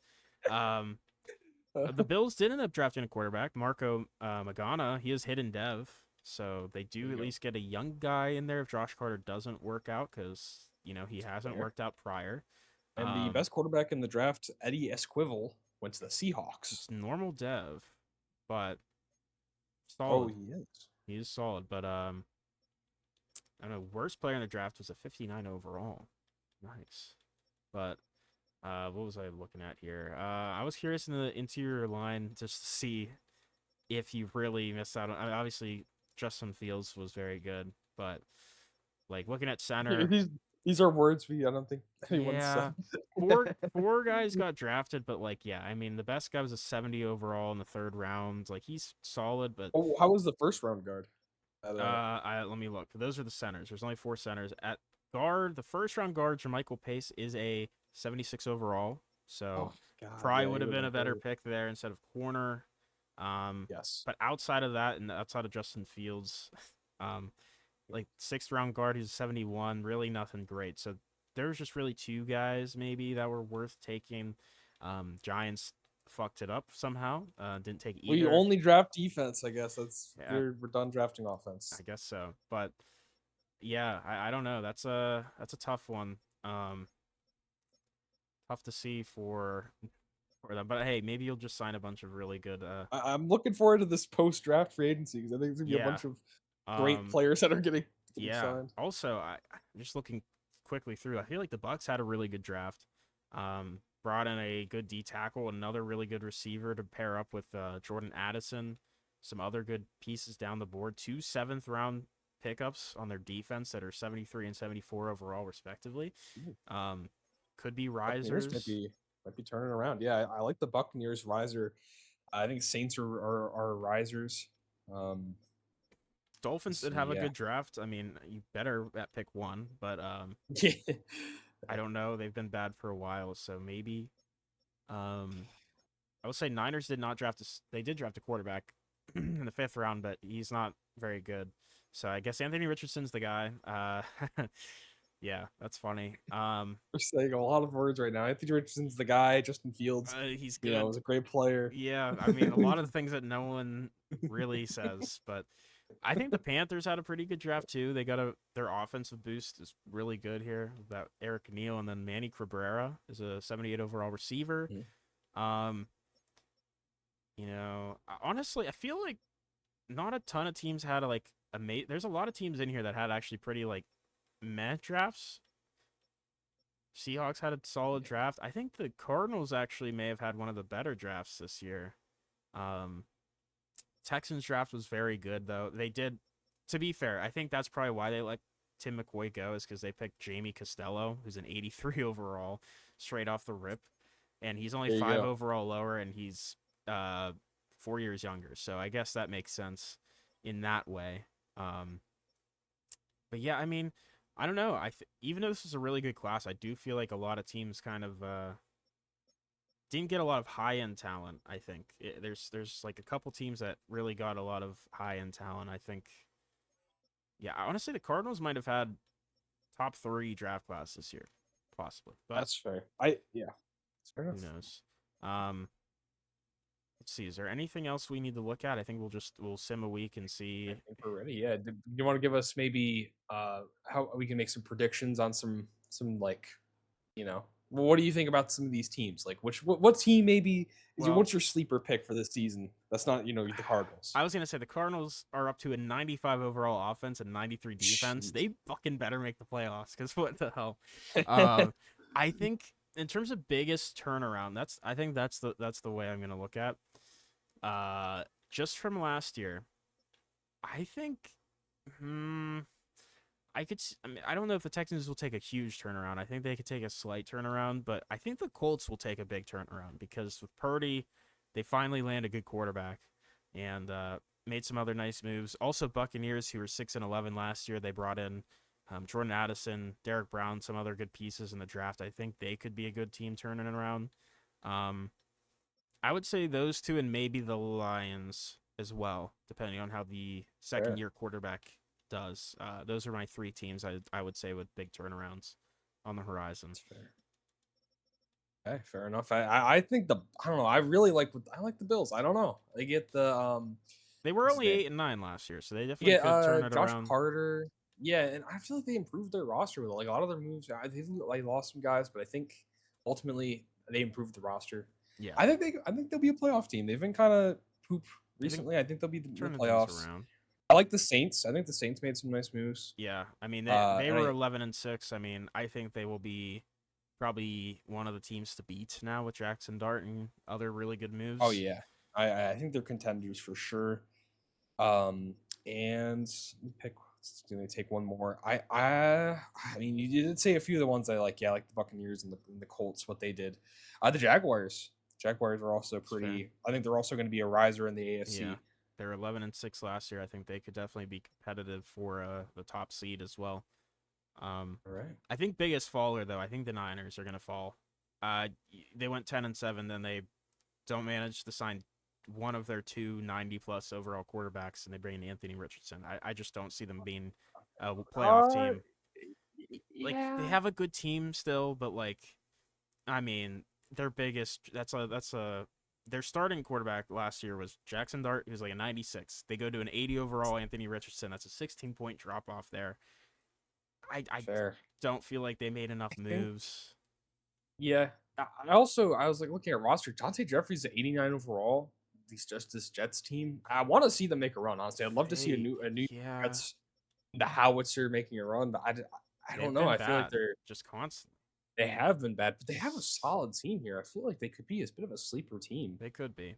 He I'm could be. gonna call it the Jets. I think the Jets maybe I know they're bottom 5 team like every single year, but Yeah. Who give me the knows? Jets to make the playoffs. Yeah, maybe. Um, do you just want to sim all the way to the next thing, like what midseason, or Let's do you see want to see if to we get any? no, let's see what the free agent pickups are real quick after because I think there were a lot of good guys in this one. It's fair. Giants got a C plus grade. There you go. Niners got a C. They didn't grade the Cardinals because fuck them. Yeah, let's see if anyone got signed of note. Um, Seen a lot of guys, but nothing like super notable jumping off the page here. I guess I don't know. Theo Johnson goes to the Titans, so there you go. There you go. There you go. That's a name. Power Eccles finding his way to the Vikings. What a name. Love that guy. Arian Brown is a Viking too. That's an interesting pickup for him. Rondé Gadsden to the Chiefs could be a very good move. Cody Ford. Uh, Ooh, Gabe Chiefs. Pearman to the Falcons. That's actually really interesting. Yeah, that is interesting, especially with Panic's getting old and I feel like he really hasn't Yeah, they also been. got They got Jalen Thomas too. yeah, the Patrick rookie was Queen. first round pick, right? Yeah, So yeah, yeah. nice, I think nice. decent pickups there. Um, That's got a lot of guys. Wow, they got just picked up Jets a a lot of poopy butt guys. poopy butts. Just trying to see if any of these guys look familiar, like that are good. Um, Not a lot. I feel like a lot of guys are getting signed, but it's more for depth, or like Brian Stonehouse, special Jalen teams. Thompson to the Eagles. Yeah, and also Taylor Taylor Gaither. Taylor to the That Eagles could as be well. the Eagles could be on the rise too. Maybe with Von Herron, they were 7-10. You know, Yeah, they haven't been great, but they could turn something around. Maybe Clyde Walden, sure. former Cardinal, going to the Cowboys. That's a Yep. fun little. Patriots. They get Damian Lewis, Dom Higgins. They're kind of building this line out. Yeah, they've been doing that forever. It feels like for Drake May. How much more do they need? Um, Who knows? Cesar Ruiz to the Seahawks. Minka to the Browns is a pretty solid one. They also got some nice tight end depth too with that. Um, there's a lot of names still available that I haven't seen. Roger Rosengarten to the Steelers. He's like an 82 tackle, I think. So that's a decent pickup there. Yeah, not bad. Um, Yaya got Diaby is a yeah, Texan. there you go. That's a nice move for them. Solid vet. Mekhi Becton, a Packer. That's a nice pickup too. Dwayne Burrow, especially too, for just under a mil. 80 Ooh. overall right tackle. Young guys still. Roquan Smith, another, and Jesse Bates and Talise Fuaga all going to the Ooh. Colts for cheap deals. That's a nice haul there. I think furthers my belief that the Colts could turn something around here. Really just shore up that team with some vets. Former Cardinal Cole Ross going to the Commanders. Nate Sheets is a Lion. Oh, there you go. Oh, That's a yeah, I know solid he was pickup. pretty good. He was Eric like an 80, McCoy as well. Yeah. 83 or something, 82. Nick Um, Herbig and Joe Jalen Carley's Lions are yes, making some nice moves. it's I like the nice. Yeah, Lions. I think we might have glossed over the Lions when we a were little talking bit. about Yeah, risers. I think So no, they're yeah, solid. Lions are also a riser. I think they can win Yeah, that division for sure. They're absolutely. contending. But there's a lot of those like interior linemen that you so desperately were wanting now, still available. So I'm sure they'll get signed by Yeah, the end of preseason. yeah. Hopefully, All hopefully. right, you ready to just jump straight to the? Let's get it. Let's get it. See, I think yeah, your Cardinals I think are right back in. they could be They had a good Skillen. draft.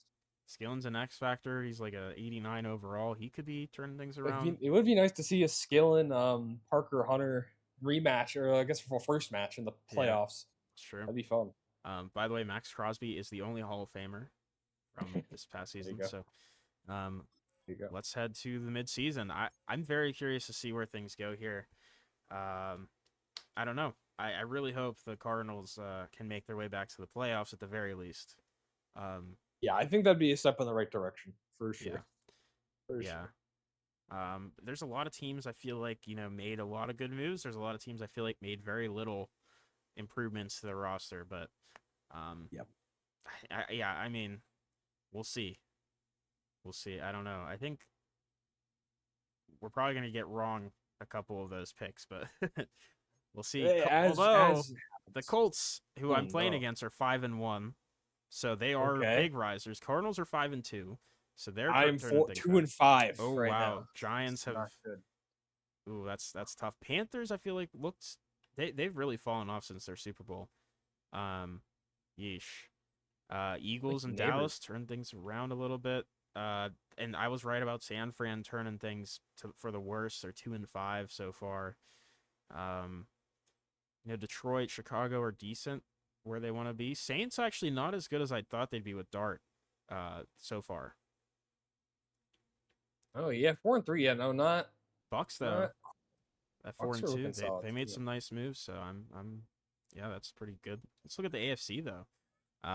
Which obviously the Colts, Dolphins back to 5-2. Are they gonna win the Super Bowl? Ooh, Maybe. Dolphins are not going to be the worst team in like the last 2 years after that one time Yeah, they made the Super Bowl. Maybe they're going right back to the Super Bowl to maybe. then only be the worst team again. We'll see. Cardinals, Dolphins rematch. Steelers at 5-2. I feel like they've.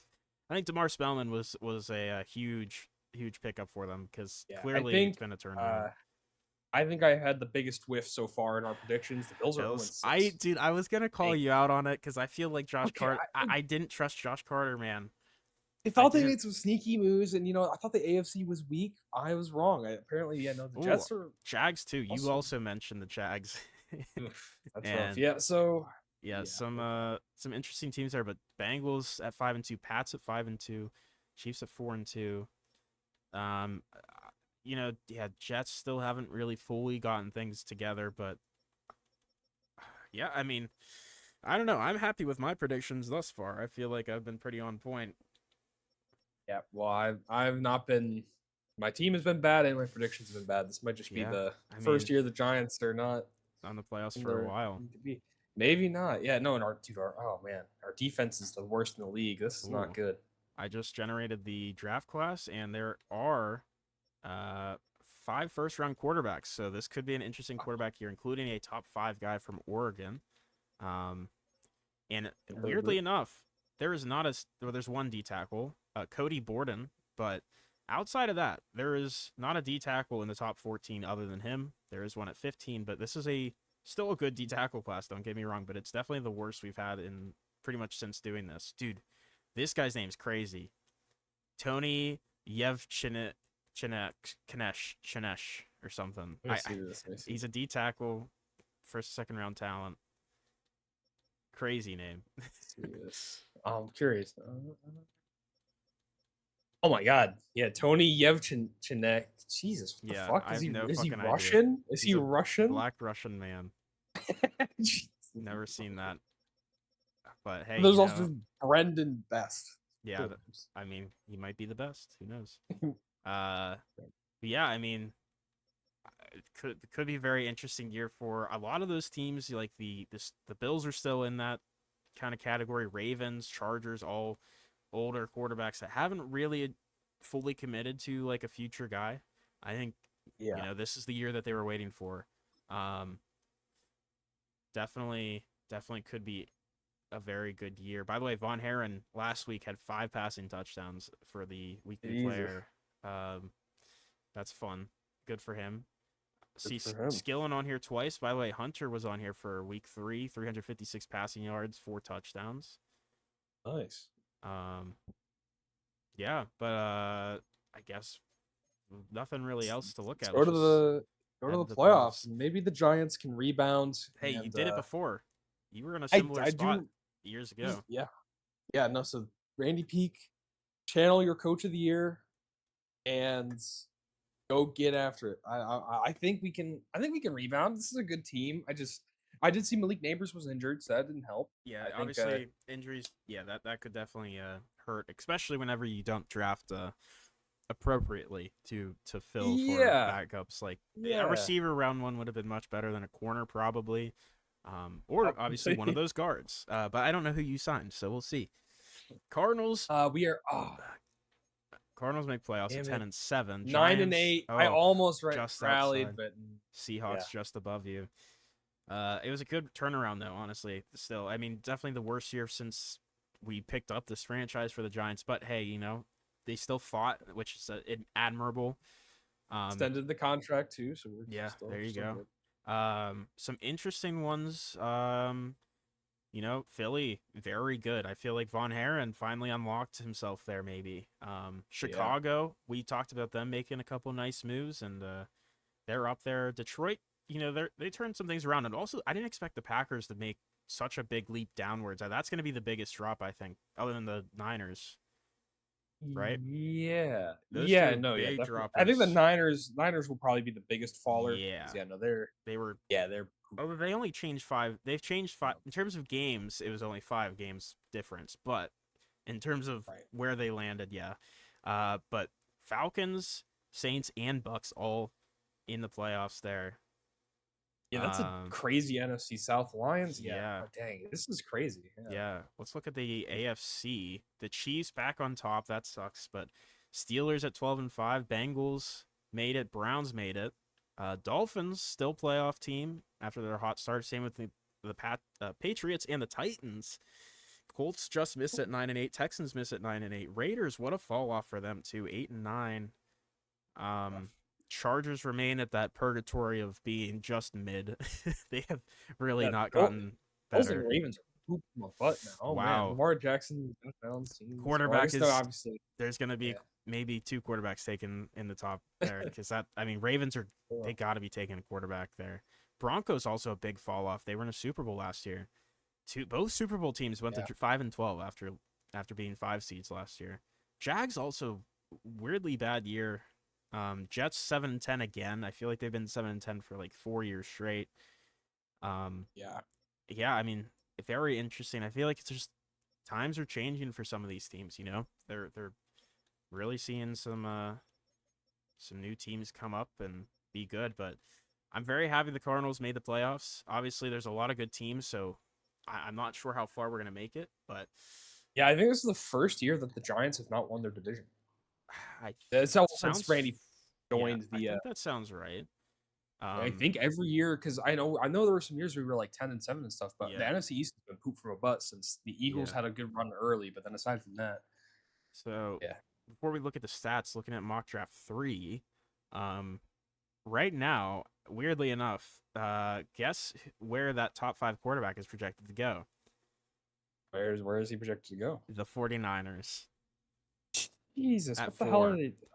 So Like, yeah, well, yeah, no, it makes sense now. But instead of the Ravens or Bills, he drops to the Niners right now. He also went up 95 spots. Holy. Maybe he's not that good. Maybe he's really good. Who knows? But yeah, a ton of edges, D tackles. There's a running back projected to go at 10 to the Commanders. Some corners. Right now, you'll love this one. Carlos Hooker, edge oh, rusher, projected to you at 16. there we go. That's awesome. What Another we edge need. rusher. Gotta add the edge rushers. It's mandatory. Cardinals projected pick 24 to take a D tackle. I feel like they've been projected a D tackle a lot recently too.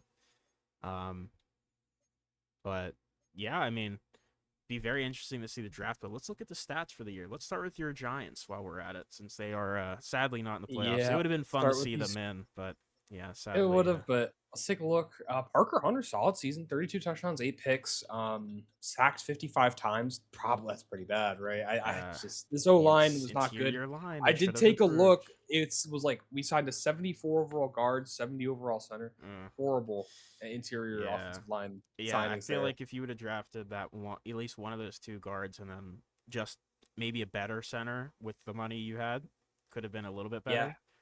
yeah, or yeah. Even just getting one of those two to be better would have been Yeah, good. But Marshall Malone also kind of reflecting here. We didn't run the ball that much. Parker Hunter had yeah, 79 carries, um, 2 touchdowns, so he was nice. there. Quincy Barber was getting carries, but yeah, no, not the greatest year in terms of Ooh, rushing either. Long far gone are the days of Cam Scatterboot, but yeah, the receivers are feasting. Actually, I mean, yeah. three Look who's 1,000-yard back. receivers. John Coyle's back from the dead. John Coyle. I mean, yeah, he didn't. He had that down. He had a down season last year, if I Yeah, recall yeah. correctly. He was like Because 500 yards. I think it was like Walt Snead and Walt Snead Neighbors is the season, leader. Yeah, and he's still having 1,000 yeah, yards, 6 touchdowns. Neighbors 8 touchdowns. I think also I saw Neighbors miss. He actually missed 2 games. yeah. Neighbors missed 2 games. Coyle missed a game, and Weiner's I'm pretty good. still And underutilized. He's down to a still, yeah, superstar. Dude, he's Yeah, look at his. If you he's look at his stats after that 1,000-yard season you gave him, he's been between 560 and 593 yards with between 58 and 66 catches and between 2 to 7 touchdowns. So very consistent, like in his production, but still just hasn't been like the yeah, feature guy he used to be. not at all. And yeah, blocking wise, yeah, our guys were letting up some sacks, Well, that and our center gave center, up 10 sacks, dude. yeah, Poop from a butt. it's rough. Oh And man. whoever Evan Bush is, I don't know who that guy is, or Nick Almodovar. Is he the guy who played uh, guard? Wyatt Boston. uh, Who are these guys? Wyatt Boston actually Or is he we the? did he's a superstar. He's your Well, Wyatt superstar. Boston Okay. is the good guy. Yeah, he He's the good wasn't one. bad. Uh, Um there's some yeah, no, really the poopy butt guys here though. yeah, Elias is the poop from a butt. I'm pretty sure Aldomavar is also the poop from a butt guy, Yeah, which is not yeah, good. rough, but And Peyton's also just kind of not playing he's great. yeah. There's bigger needs than him, unfortunately. Yeah, At the line. unfortunately, he's gonna stay at probably keep a job for a bit. Yeah. Cam Bolden leading us in tackles like he always Yeah, does. He's a JD go. JD Rose, Rose man. gets a start. I think he He started has this to be season. sub linebacker, right? He has to be I, involved there I somehow. think because also Hufunga and yeah, no, he has to be sub linebacker beside Cam Bolden. I don't think I don't think it's McFadden Yeah, because those tackles are and just really high up there. repick. Yeah, okay, so that's pretty good. PFLs, 13 for Mason Graham, 11 for Abdul Carter. Speaking of Abdul Carter, sacks wise, Man, probably another he's defensive player of the year esque season. he's He is gonna be doing crazy everything. Hall of He's Famer. he's everything with this team. Yeah. He's Ooh. no, awesome Plus, player. what I Ramon mean, Kinley, 9.5 sacks, not bad, not bad.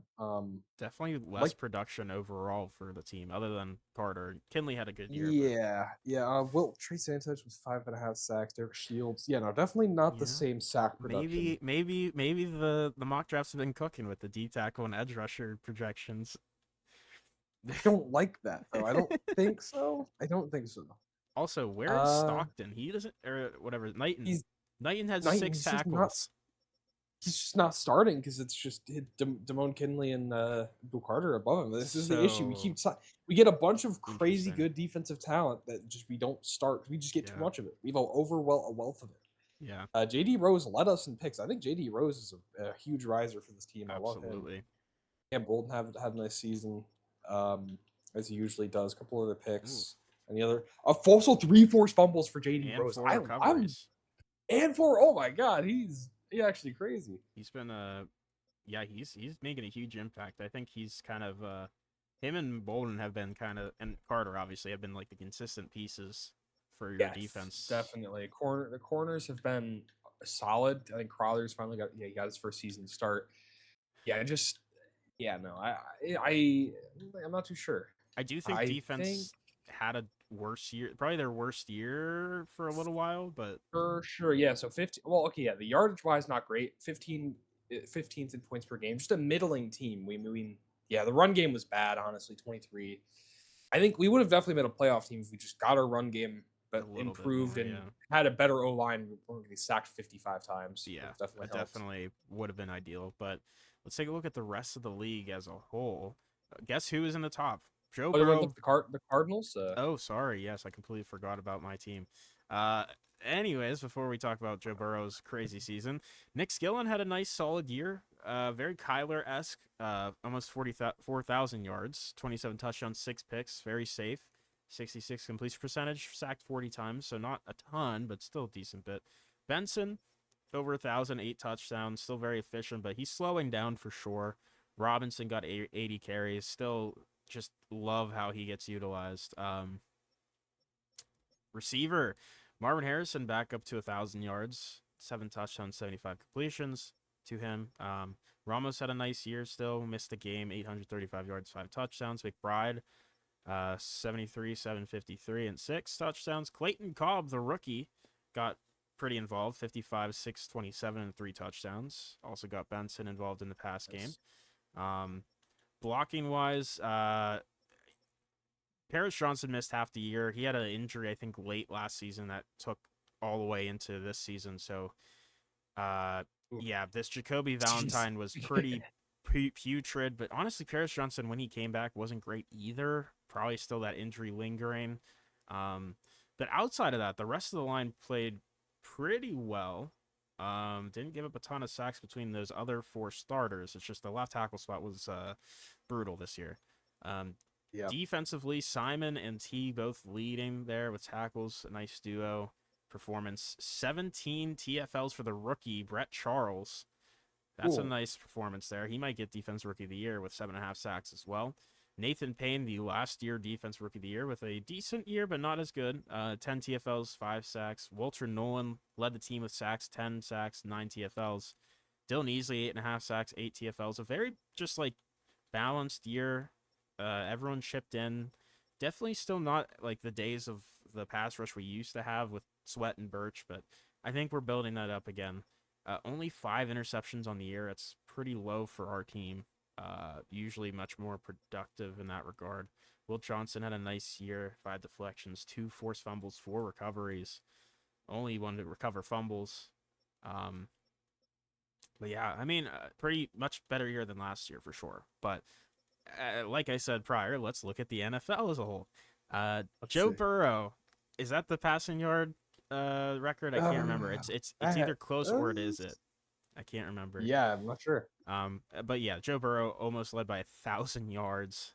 39 Jesus, touchdowns, that play 5 looks picks. so stupid, It dude. is. That's It is. Penix though, I mean, obviously picks a lot, but he got pretty involved. Also, DeMar Spellman, I think is Breakout. officially He finally broke yeah. out with the Steelers now. I think that was the match made in heaven there. Obviously, the Josh Carter pick was just clearly just didn't work out. And Spellman with the Raiders obviously didn't work out. So they found each other, and it's been beautiful. I mean, what a year! Yeah. 70 completion percentage too, and 34 sacks on him because Yeah. they built up that O line extremely well. Parker Hunter, definitely I love very that. good. Yeah. Von Herron. Von Herron, yeah. Oh, he Jackson broke Dart. out, dude. Holy shit, 0 Oh my interceptions, God.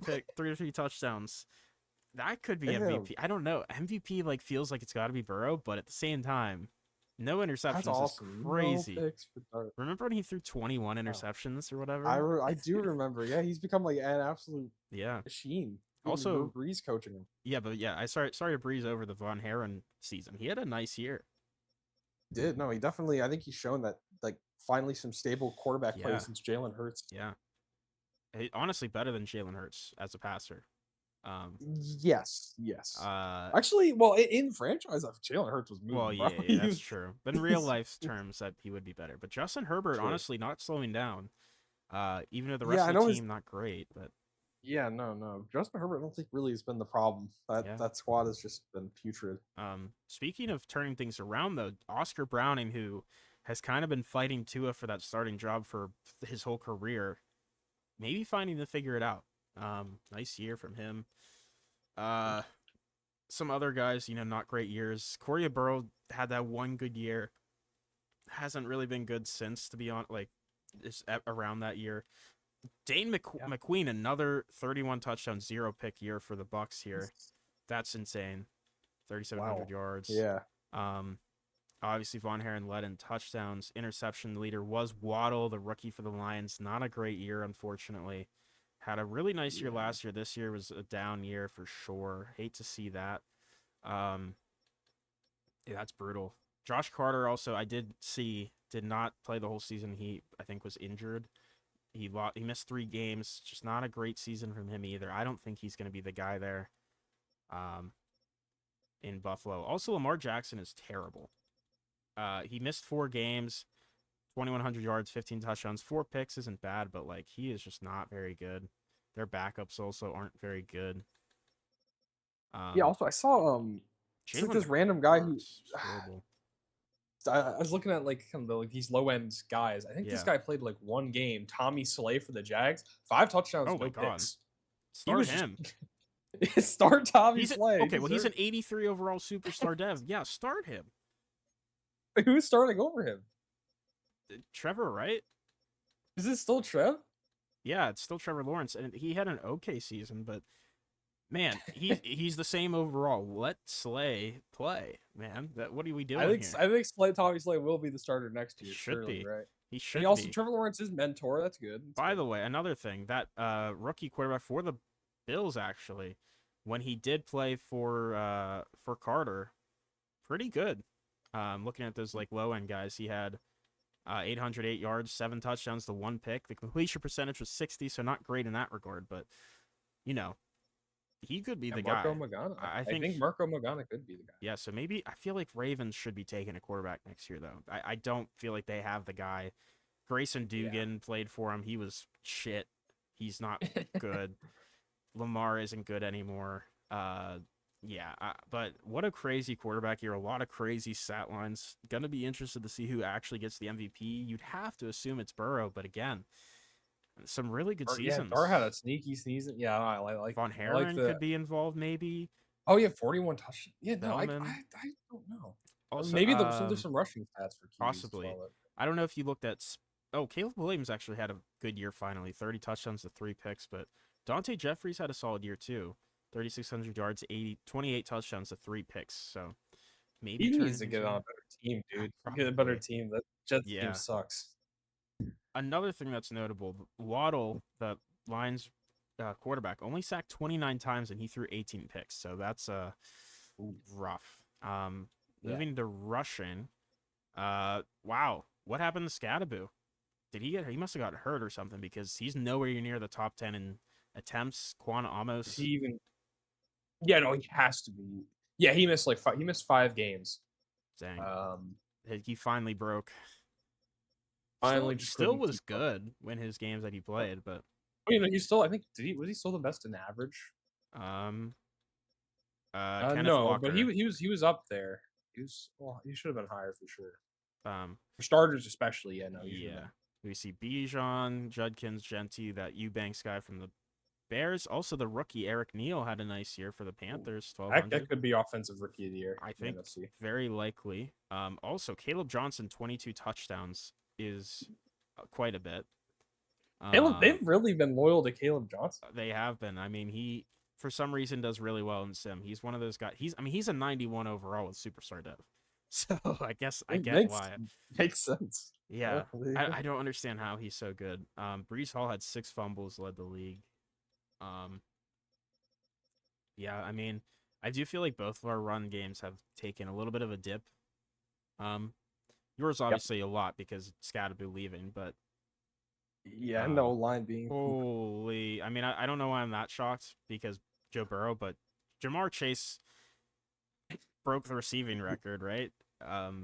Or is it close? Or no, did he get 2,100? What did Calvin get in a year? Was it I think it was 1903? I think it was 2K, right? I can't remember. We'll have to look. But Jamar Chase still nonetheless great season. Broke the touchdown record, I think. 106 catches. He's gonna get Offense Player of the Year. I'm checking. Probably. Okay, yes, no. So that does break Calvin Johnson's record Okay. of 1964. And he has So by the 4 yards. touchdown record, right? I'm assuming. Let's So I think it was check that. 21 for. I forget who it was. In a season.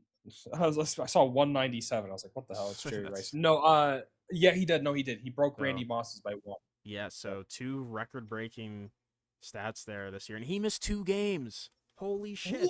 Wow, he would have been a 2,000 plus yard receiver. Dude, what the fuck? Dude, I mean, we gotta look. I'm so curious in the games he had. How many games did he have for crazy? So he had 250 plus yard games with 4 touchdowns.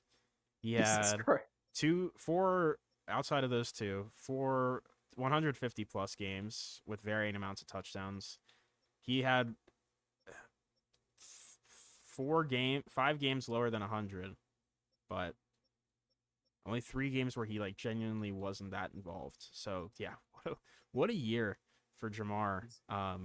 Tristan McDougal though was really good too. 1365, 20 touchdowns. Yeah, that Jackson Dart. Yeah, they were rolling. And Jalen Waddle looked pretty good as well. I don't think we've really seen many Dolphins guys up here. No, not Browning usually. and Trey Walker. Harris is the Eagles receiver for some reason that's breaking out. 16. He's probably the slot. Yeah. Yeah. John Khalil Coyle's up here. Though. Yeah, he's getting up there. Lad McConkey had a good year. He was complaining about Herbert, and Herbert said, "Here's 17 of my 34 touchdowns. Here's half of them." Rashad Bateman's up here for some reason. The Steelers having a nice year again. I feel like Shakir has been a pretty good receiver for the Steelers. Definitely. I think he's been a great pickup for him for sure. Yeah, I mean, very interesting receiving stats across the board. Absolutely. Jesus Christ. Jamar Chase had 954 run after catch, which was almost more than Amon-Ra had on the season, and he missed one game less. One more game than he did. That's insane. Yeah. Blocking Charles Cross's booty. Dude, Emmanuel Curtis isn't good either, man, for the Broncos. 21 sacks let up in 15 games. Yeah, I'm pretty sure we've talked about he's pooped from a butt. Clay Bennett's pooped from a butt. It's all left tackles. Oh my God, the Bengals center is actually somehow worse than your guy. 15 sacks let up in 17 games. Yeah, that's the only center anywhere near that. That's pretty abysmal. Jesus Christ, Jackson St. Louis for the Bills with 175 tackles, probably because they're on defense all the time. Yeah, Jackson St. Louis. Oh my goodness. Former, I think, maybe first overall pick. I couldn't tell you how many Dolphins first overall picks they've had, but Johnny Hackett, what a crazy year for him. 23 TFLs, 16 sacks. Chris Cooper's up there. Micah, I feel like finally showing up a little bit. Oh, I will say, Abdul Carter probably still gets Defensive Player of the Year, but this Luis Sierra guy for the Cowboys, maybe gonna make a run for the money there. Yeah, I think Abdul still slightly edges him out with the tackles and TFLs, but no, that's a great season for him. He's the second best edge in the league. He's 24 years old and he's already a 92 X factor. Yeah, he's gonna be very good for them. Will Anderson finally showing up. Of course, Oluwafemi Oladejo's here.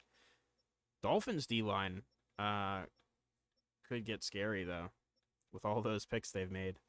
Yeah, I feel like they have to at some point. If you keep picking D-line, eventually you get something. Right. Pick leader, you got Quinton Mitchell and Tim Newhouse with 6, up from last year, I believe. Nice. Teague as well. Shout out to him. Nice. JD Rose led with fumbles forced. There's a bunch of guys with 4 recoveries, though, including Jesse Bates and Deontay Banks on the Colts, both on the Colts. It's quite a lot, but this is a very interesting statistical season. Yeah, I agree. Let's see. Let's go check for fun who the best kicker was. Go ahead. Sure. Okay, Nicholas Lilly. Oh no, he was a backup kicker. I think did they have an injured kicker? The Eagles. It's possible. I don't know why this is 2 field goals made. Okay, for starters though, Levi Pritchard 96 completion percentage with kicks. Only 1 field goal missed. Harrison Mevis was pretty solid with the Giants. There you go. Nice. That's okay. But let's take a look at the playoff bracket here, I guess. So 2031 is the year win, by the way. I always lose track of that. So looking at the AFC side, Chiefs 1 seed. You got Steelers Patriots matchup. That's a classic. Dolphins Browns. That's an interesting matchup too. And then Titans Bengals. That's a fun AFC. I feel like the NFC. Yeah. Actually, the NFC is also pretty fun. I like the Saints being up there. Yeah. The Bears. The Bears were a big riser. Yeah. Cardinals Bucks are back. So Saints, Seahawks, Bears, Bucks, Cardinals, Falcons. That's a fun matchup from a couple years ago. The Cardinals just absolutely demolished the Falcons in the NFC Championship game. When they went to win their 3rd Super Bowl. So I guess let's just sim. Although the Falcons do look like the better team on paper, they're top 10 in everything except for opponent rushing yards, and Cardinals are only top 10 in passing yards. So on paper, the Falcons should win, but we'll see. You never know. Let's see. You never know. I would love to see the Cardinals make it to Super Bowl once again, but I don't know. Maybe not this year, but maybe this year could be it. Cardinals win 26-21. Ooh. It's a tight one. Yeah. Do you want to talk about the AFC this year? I'll start with the AFC. So first off, the wild card, Steelers, they look pretty dangerous. I know it's the 7th seed Patriots, but 27-3, that defense is hot. DeMar Spellman looked pretty good in this one. 1 touchdown, no picks. Not a crazy game, but Caleb Johnson did his part. for 4.6 a carry, 78 yards. Also, Philip yeah. Reese came in there, the change of pace back, and kind of looked almost maybe even a little bit better than Najee Caleb Gross Johnson. is a Patriot, by the way. Seeing him here. Najee Gross. Shout out Najee Gross. He's a person on this team. So yeah, receiving wise, William Jaramillo. Like the Steelers kind of got some weapons for Spellman. Marcus Given, some younger guys. Najee Gross, 3 catches. Najee Gross, he's here. He's the next James White for the Patriots. Yeah. What a crazy Shakir has being involved there, but ultimately seems like the defense was really the big changer. So Steelers sacked Drake May a bunch of times, actually, I think. I see a bunch of sacks here. Yeah, 5 sacks. How am I getting called? Yeah, sorry. I got jump scared by a really loud call sound. Yeah, no, so yeah, I think Drake May just got kind of clamped up here. And Steelers defense maybe back in true form, true Steelers fashion. There was a forced fumble. Actually, Craig Woodson for the Patriots forced a fumble, and then Jeremiah Fitzsimmons, a corner, forced a fumble, and Jeremiah Simmons also recovered two fumbles. Yeah. So he recovered the one that Craig Woods. Wait, no, that doesn't make sense. No, I have no idea. Well, I mean, it could have been like I don't know. I feel like it's a glitch, because there was that one game where I had like 8 fumble recoveries, but there was only like 4 that actually happened. At least on paper. I don't know. It's weird. Steelers handling it. I think. What do you think about the Steelers? I think that team is actually looking pretty nice. Yeah, I mean, I think they have a pretty well-rounded team. I think they can definitely make some noise here in the playoffs. But how about the Dolphins Browns? That was an interesting one. Dolphins Browns, honestly, two big riser teams. Obviously the Browns, I think, have actually had more success than the Dolphins recently, but this was a fun one. So yeah, you had Cole Marshall and Oscar Browning, 2 young guys, and they're the same draft class, I believe, as well. Looks like it, yep. Duking it out, and ultimately just Oscar Browning was the better quarterback this game. Did not go to overtime. The Browns kind of tried to storm back, but yeah, Miami was able to pull away with a field goal and then a bit of extracurricular there. The rushing, Quinshon Judkins had a solid game, but ultimately Cole Marshall also had a rushing touchdown. But yeah, no, Miami I think we're the better team through the air. And yeah, Jose Ridgway had a great game. 3 catches, 2 touchdowns, 114 yards. Well tried his best, but Jalen Waddle also 2 catches, 81 yards and a touchdown. Just big plays. It seems like big plays were happening. Brian Torres, great tight end for the Dolphins, also had a solid game. Jalen Noel and company. Let's take quick look at the defense. I think we're seeing, I think trenches are really where teams are winning games nowadays. Ooh, Dexter Lawrence signed with the Dolphins. Dexter Lawrence is facing his former team, the Browns. Wow. And are helping Miami make a run here. That's a really good pickup for them too. Him, Johnny Hackett are crazy D tackle duo. We might see Dexter Lawrence playing in another Super Bowl. That would be crazy. Crazy. He's looking great right now. And so again, just trenches. You're winning the battle in the trenches, and you're winning football games. Now this is a surprise. The Tennessee Titans belted Cincinnati, who came into their house and smoked them. Joe Burrow didn't even play that terribly. 2 touchdowns, 1 pick, 4 sacks. I feel like Titans have been perennially a team that just haven't been good, and all of a sudden they're here in the playoffs. Yeah, they had I think 1 or a season or 2 they squeaked in, but yeah, they've never been a deep run team. I don't recall. No, I think they've been like a wild card appear occasionally. But Cam Ward just played clean. Joe Burrow had 59 completion percentage, not the greatest. 4 sacks. Yeah, no. Shocker. Emmanuel Bennett. Not even just him. Look at the guy below. Oh yeah, their run game. They're crazy. They had a great run game. Demarius Basket and Emmanuel Bennett, combined for 5 rushing touchdowns. Jesus Christ. Both of them nearly 5 yards to carry about, and just had an awesome game, both of them. Wow. Bengals couldn't even run it. Holy shit. They had Herman Davis 7 carries. That's it. Yeah, they can't run the ball really. Peter Telfer had 12 catches for 145 yards. That's a really good game for him. Yeah, Dolphins just fucking clapped them. Yeah, Bengals tried to fight back. I mean, they was like Dylan Thomas and Jamar Chase had solid games, but I mean, just the Titans were just all over it. I mean, they were running the ball really well. They were passing the ball really well. Yeah. And we see the defense. The defense again. Defense wins you games, especially in this league and this how it's developed. It's really defensive heavy. A few tackles there for Barrett Carter and the Titans again just winning the trenches. I feel like every single game we see that the winning team just is sacking the other quarterback more. Yeah. Of course, I would even say the rushing too with just the the trench run games. I agree. I think trenches are really where games are being won and lost. That's why we see all those high picks going to defensive line. Deion Benson with the lone interception that kind of helped fuel this smackdown. Do you want to walk us through the NFC? Starting with the Saints and the Seahawks. Yeah. So Saints obviously a big favorite in this one. Seahawks with a rookie quarterback Jackson Dart, 28-17 win. Although Jackson Dart wasn't the reason why. He had an okay game, but was sacked 5 times. Eddie Esquivel, the rookie, outpassed him, but also got sacked 6 times. Did throw a pick. So obviously a rough day for both O-lines and quarterbacks. Rushing though, Roderick Richards, big reason why they won. 15 carries for 112 yards and 2 touchdowns, 7.5 yards per carry. They could not stop him.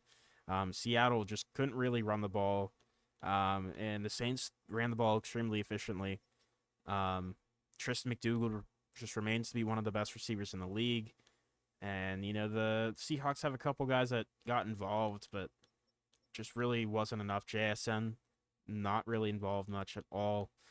Looking at defense, Saints, got a couple TFLs, and Chop Robinson had 3 sacks, and Darren Caldwell had 2 for Tremaine Shaw, 1.5 for Ortiz, a half sack for a bunch of guys down there. JOK, by the way, moving from the Patriots to the Saints.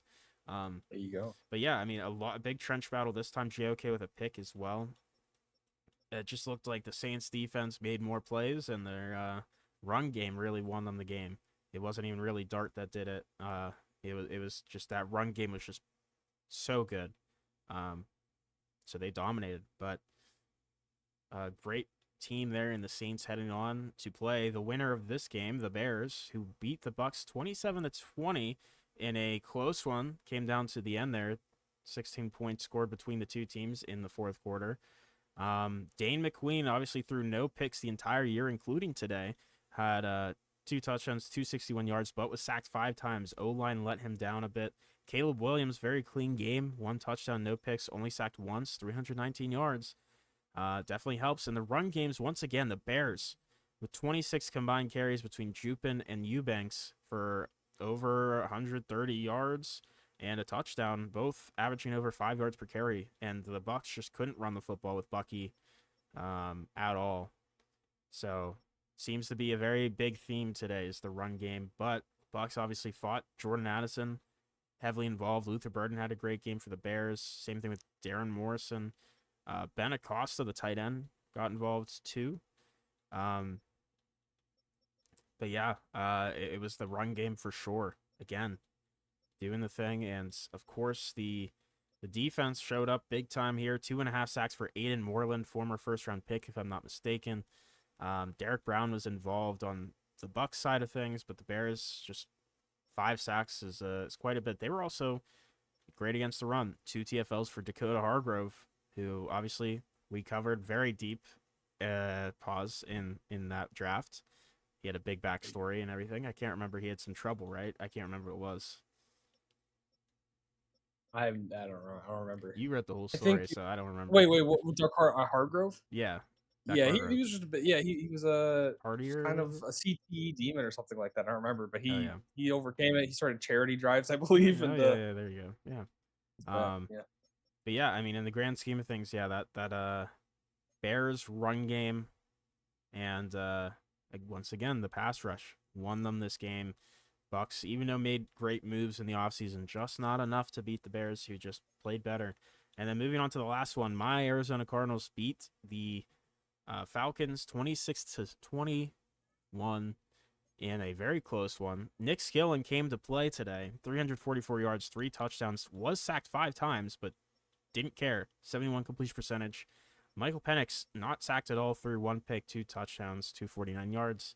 But Skillen played better, and also the run game for the Cardinals was better. Benson pretty efficient with 74 yards. Falcons really didn't run it efficiently at all. Bijan only had 1 carry. Why? I don't know. Maybe he went down. That's possible. He's been injured all the time in the playoffs, it seems like. So, but what a game from Ramos and Harrison. Both over 109 catches and a touchdown for both. Bateman had a ton of involvement. Barnett as well. Benson had a lot of receiving work as well. And defensively, Falcons had a ton of TFLs, but it didn't seem to matter. James Pierce also had 2 sacks. Ruka Roero, who is not a Falcon in real life anymore, he just got traded, I believe. The Falcons dominated the trench battle. This is the first game it feels like the opposite of what happened, where Falcons were winning. The O-line was just, for the Cardinals, was getting brutalized, but Benson still had a good game, and the passing for Skillen, he was cool under pressure and made a lot of plays. Trevin Wallace had a pick. So yeah, it's hard to win a game. I mean, they had like 130 less offensive yards in total. They couldn't run the ball or pass the ball as well. Yeah. Even though, of course, he was sacked a few times, but also the Penix threw the pick, right? Yeah, so absolutely.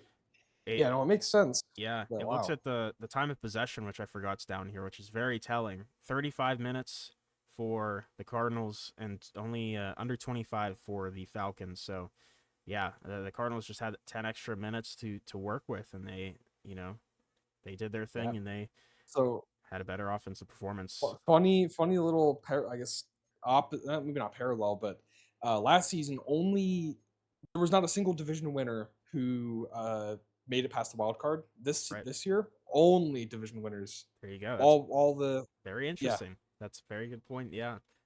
So in the AFC, Chiefs Titans, we've seen that matchup a couple times in like recent history, not in this franchise, but I think there was like the Chiefs played the Titans. I think Marcus Mariota. I think that was the Marcus Mariota touchdown, right? Yeah, and that was the one. Yeah, the Chiefs lost that one. I remember that. But yeah, so Chiefs, Titans, and then Steelers, Dolphins. That's another team matchup that they've had matchups kind of around the same time as that. There was a snow game in there before. There was the one where Matt Moore died. Bud Dupree absolutely destroyed him. But very interesting. We see 2 of the teams that really have had success back on top, and Dolphins made their way back to the playoffs. Titans finally making it past. So we'll see. NFC side, the battle of the birds once again. Eagles, Cardinals, I should say, going head to head. It should be an interesting one. And then Saints, Bears, another interesting one. Dart headed to, staying at home. Chicago. Take on Chicago. That'll be interesting. Any predictions for who do you think can make it to the AFC Championship? If Jackson Dart makes another Super Bowl, I'd be so pissed. Now, please just knock him out. Would be so interesting. Sad. Saints versus Cardinals. See, I mean, because the Cardinals are Dart's big kryptonite there, but maybe we'll prove something wrong. I don't know. That would be fun. Probably the most fun storyline wise. Sure. AFC wise, I think I don't know. I'm really behind the Steelers this season. I really like what they've been doing. I know the Dolphins could definitely win this one, but I think at home playing that in Pittsburgh is pretty huge, especially against a Florida team. If it's snowing, Miami. We saw what happened in that wild card in real life. I think that's definitely possible. The Steelers take that one. Yeah, I agree with you on that. And on the Chiefs Titans, I like the Titans. It's hard to bet against Kansas City. Yeah, it is. I want the Titans to win because I think they deserve to have a run because I feel like they've always just never gotten anywhere past the wild card. Yeah. And so I would like that, but I think that I don't know. It's hard. I'm not going to bet against Mahomes. I think it's going to be a Chiefs Steelers AFC Championship. I definitely agree with you there. How about the NFC? What do you think for that side? NFC, Cardinals, Philly. Philly is looking really good. Von Herren is humming. I do like I think the Cardinals are pretty sneaky. I'm rooting. I'm honestly, I don't want to see I don't know.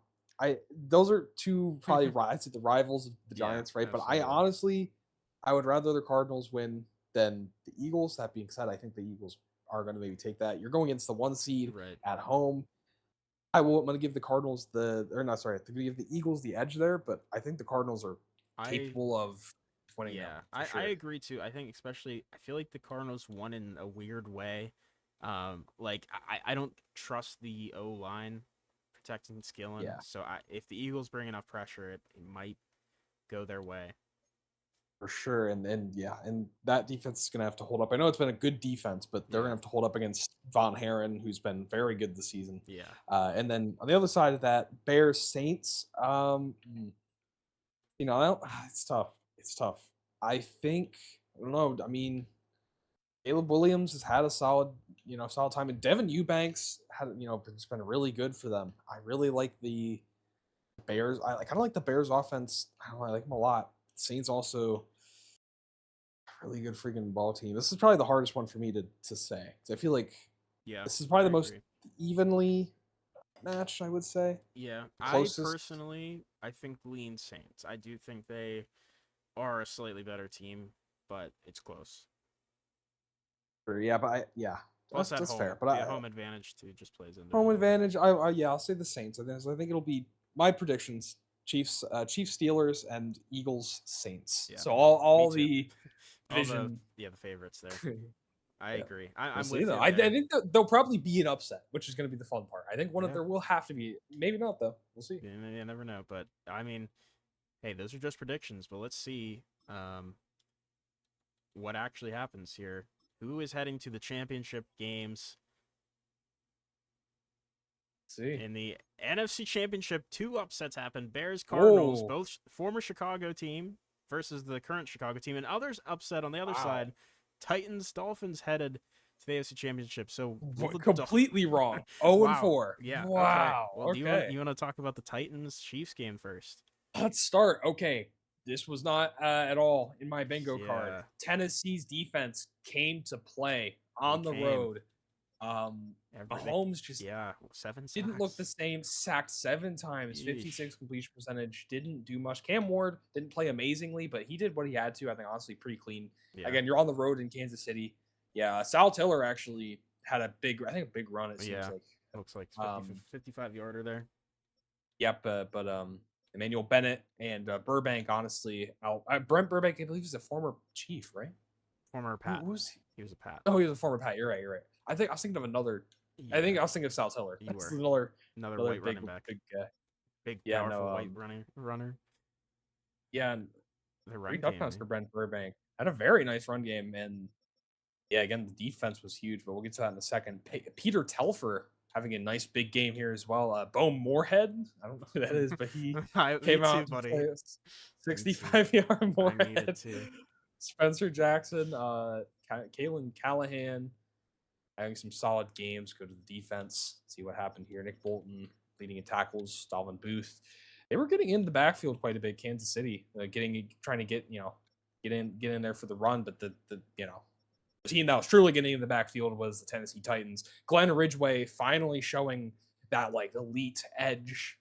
I mean, he's been solid, but I mean, I feel like this is his breakout here, especially with the Titans. I believe his contract's coming up, I assume, or he might have gotten extended. I don't know. But yeah, the North Dakota State product having an excellent game. Darryl Bradshaw, the rookie, Sam linebacker, coming in there with 1.5 sacks. They kind of like what they have there. Troy Sherrod, Olufemi Oladejo, of course, coming in there making plays. Mitchell Adams, Tyree Harbor with a sack. Just genuinely a very, very strong performance by the Titans. They just were all over the backfield, all over Mahomes, swarmed them, and the offense was just killer. I mean, Cam Ward, everything he needs to do. That run game was nasty. I think the Titans are, I mean, you look at both of the games that they had so far, similar. They held 2 of the best quarterbacks and better offenses in the league to under 3 touchdowns. 3 touchdowns or less, and they've also scored 45 points or higher. Yeah, over 40 points in these playoff games. That's going to be hard to go against. But Miami's showing a nice run here as well. They go ahead and take down the Steelers 31-25. You're talking about playing in the cold. They were Didn't matter. ice cold. They were ice cold. DeMar Spellman had a nice game. Honestly, it's probably pretty even for quarterbacks. Both only took 3 sacks. I will say DeMar Spellman, 59 completion percentage, Yeah. probably a big Browning, decider there. yeah, only Um, 6 incompletions for Browning. yeah, Caleb Johnson was pretty good. I think probably just had to run the ball maybe a little bit more. Dolphins ran the ball solidly. Actually, Oscar Browning had a solid game out on the ground, had a touchdown there. At the quarterback position, Elliott Farr wasn't doing terribly well, but did what he had to do. Receiving wise, Jose Ridgway having another big game, 2 touchdowns, 98 yards. Steelers had some good receiver production here. Shakir with 2 touchdowns, 87 yards. Marcus Givens, 92 yards on 6 catches, but ultimately just couldn't make enough plays. Pat Bryant with a touchdown. Shout out Steelers legend. Over the defensive side, some good stuff here. So yeah, Cameron Pearman sack. Steelers actually got in the backfield decent amount, I believe. Yeah, well, they both had 3 sacks. This makes sense. It's just usually not so back and forth. I feel like recently we've seen the quarterbacks kind of Yeah, it's been like one-sided. split. Yeah, it's been very one-sided usually, but not in this game. So ultimately, yeah, no picks. Just kind of checking any special. There was a forced fumble. Yeah, by these stats have to be messed up because the 2 fumble recoveries for both can't be Yeah, this true. doesn't make sense. This So, doesn't make sense. there's got to be some sort of statistical problem there. Yeah, close game, but ultimately Miami was able to squeak it out. And let's talk about the NFC side. Let's start with your game. Yeah, what a turnaround though for Oscar Browning, who was under Tua for like 2 or 3 years and now has broken out. They finally started him and Yeah. like not start Tua, and then they actually do well. Yeah, but a nice win for the Cardinals here, 27-14 over the Eagles. Skillen had a pretty solid game, 231, 2 touchdowns, 70 completion percentage. Von Herren, not a bad game, but just, didn't really take over or anything, under 200 yards, a touchdown. Was sacked 3 times, Skillen was sacked twice. Rushing, though, Trey Benson had a nice game. 6 broken tackles with a touchdown, 4.4 yards per carry. Eagles' run game was okay, not terrible. Von Herren had a rushing touchdown as well. Marcus Robinson had a nice game, too, on 6 carries. Juan Alvarado with 10 catches for 72 yards and a touchdown.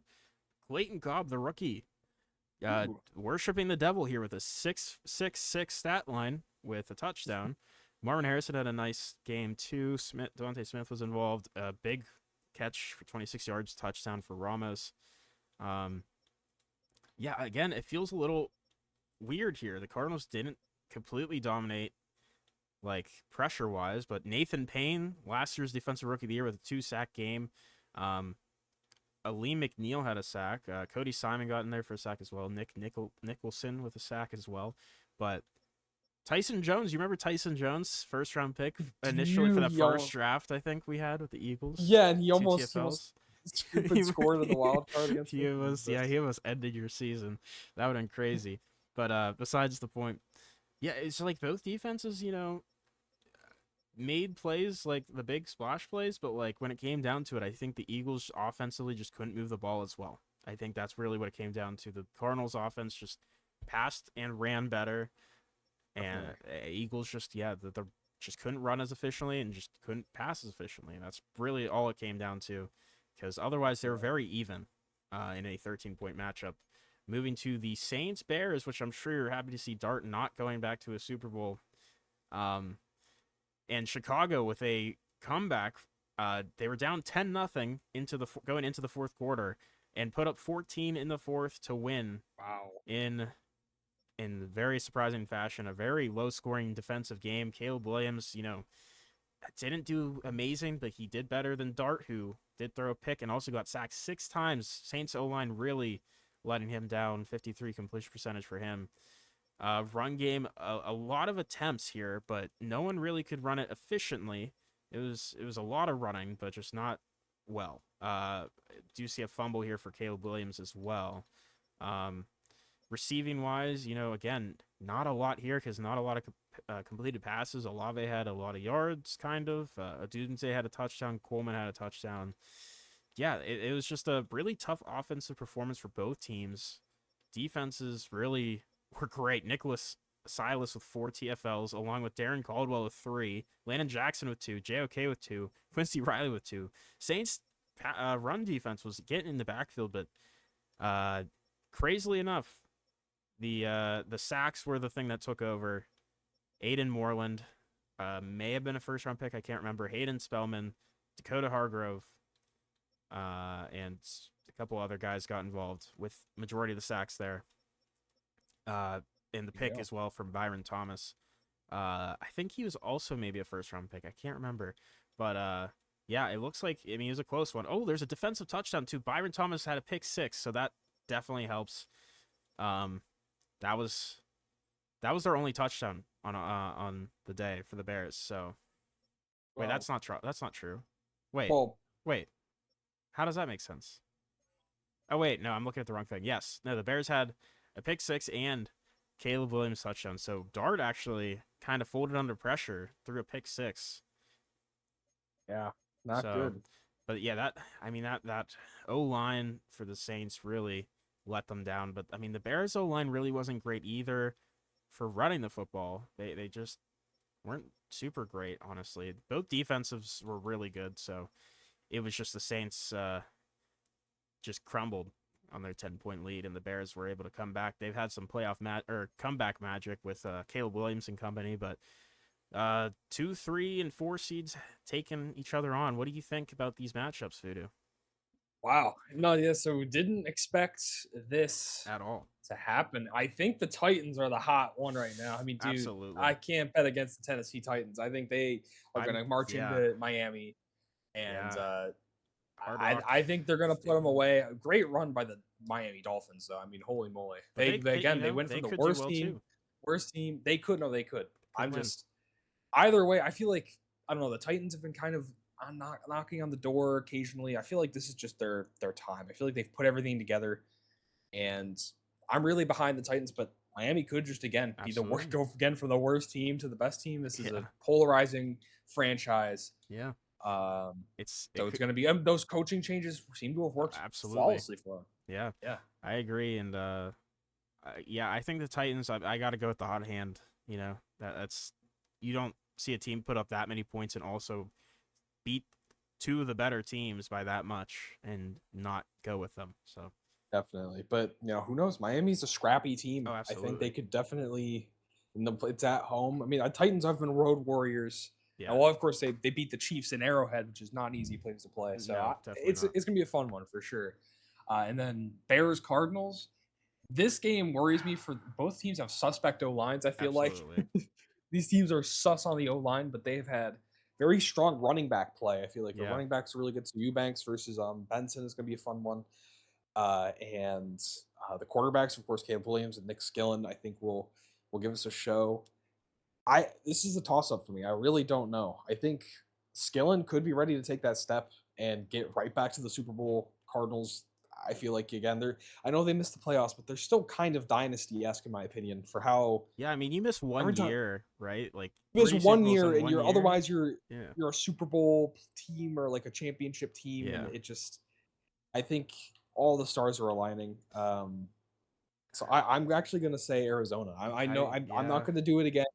I think I'm gonna bet on the 2 road teams. I think we'll see a Cardinals Titans Super Bowl. I think it's tough for me to choose the Cardinals without the bias, but at the same time, I think I'm going purely off of quarterback play because Skillen has just been outplaying Caleb Williams in these playoff games so far. Obviously, it hasn't mattered for Caleb and the Bears so far because they've been winning, but I think Skillen has just been clearly playing better. One thing I will say, I do like that Bears defense quite a bit, especially holding Jackson Dart and Saints to 10. I think if they win this game, it's going to be because of their defense. Absolutely, I agree.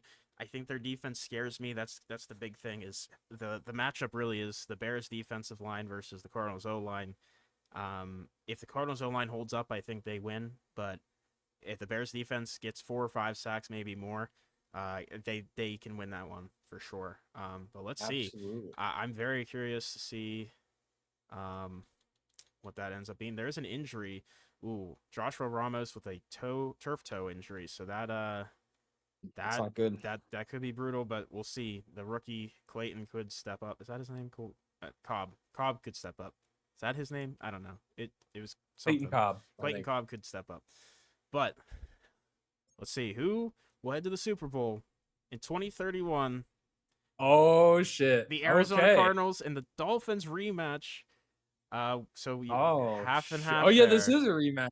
Okay. So that's very I'll start. exciting. I will start with the AFC, and then you can talk about your Yes, games. Yeah. sounds good. Wow, some low scoring, fun football Yeah. here. So we talked about Tennessee being hot. Miami came in and shut them down. Yeah. Completely, honestly. It's the first 3 quarters, nothing for Tennessee. That is shocking. That's I mean, you impressive. put up 40 points, and Miami, I guess they pulled out, a bag of tricks, and incredible game. I mean, the Titans had more yards than them. Passing wise, Cam Ward had more yardage, You'd but imagine they were down. They two had picks.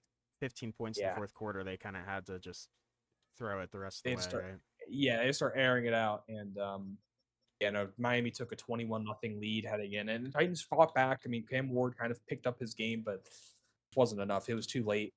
A Yeah. bunch of sacks going around in this game as well. Both D lines feasting.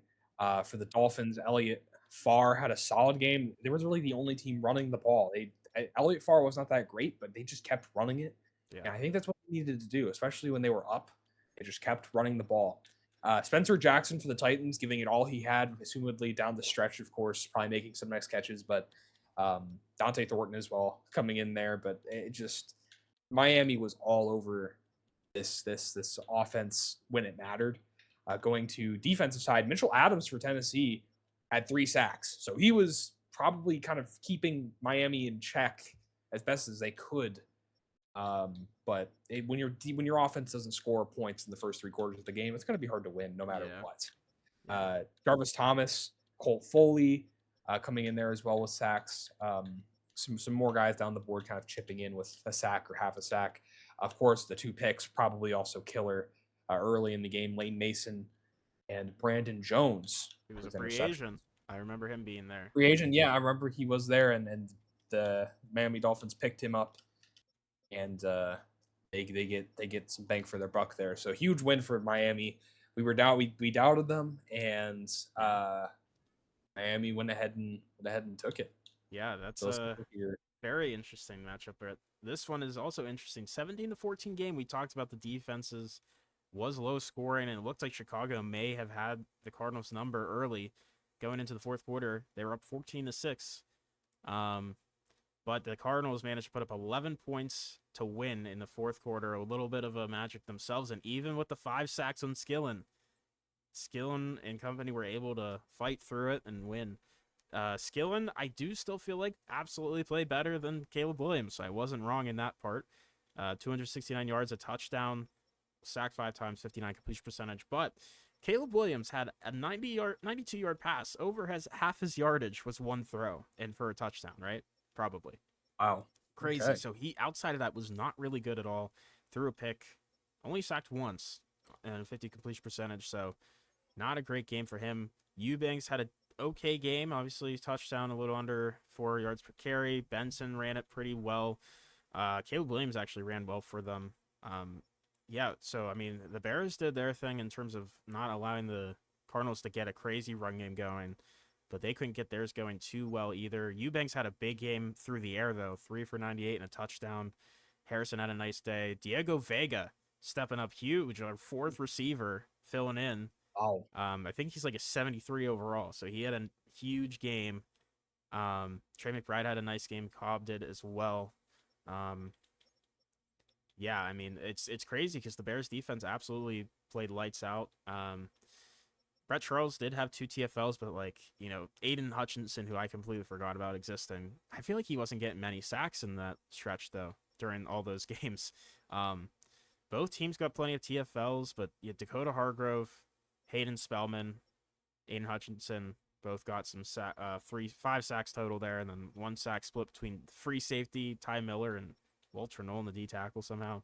The 1 pick from Will Johnson was obviously quite big, but again, it just seems like the quarterback play somehow just managed to will their way. Skillen has been just kind of carrying this team through the difficulties here, because it really doesn't feel like the Bears played worse other than quarterback play again.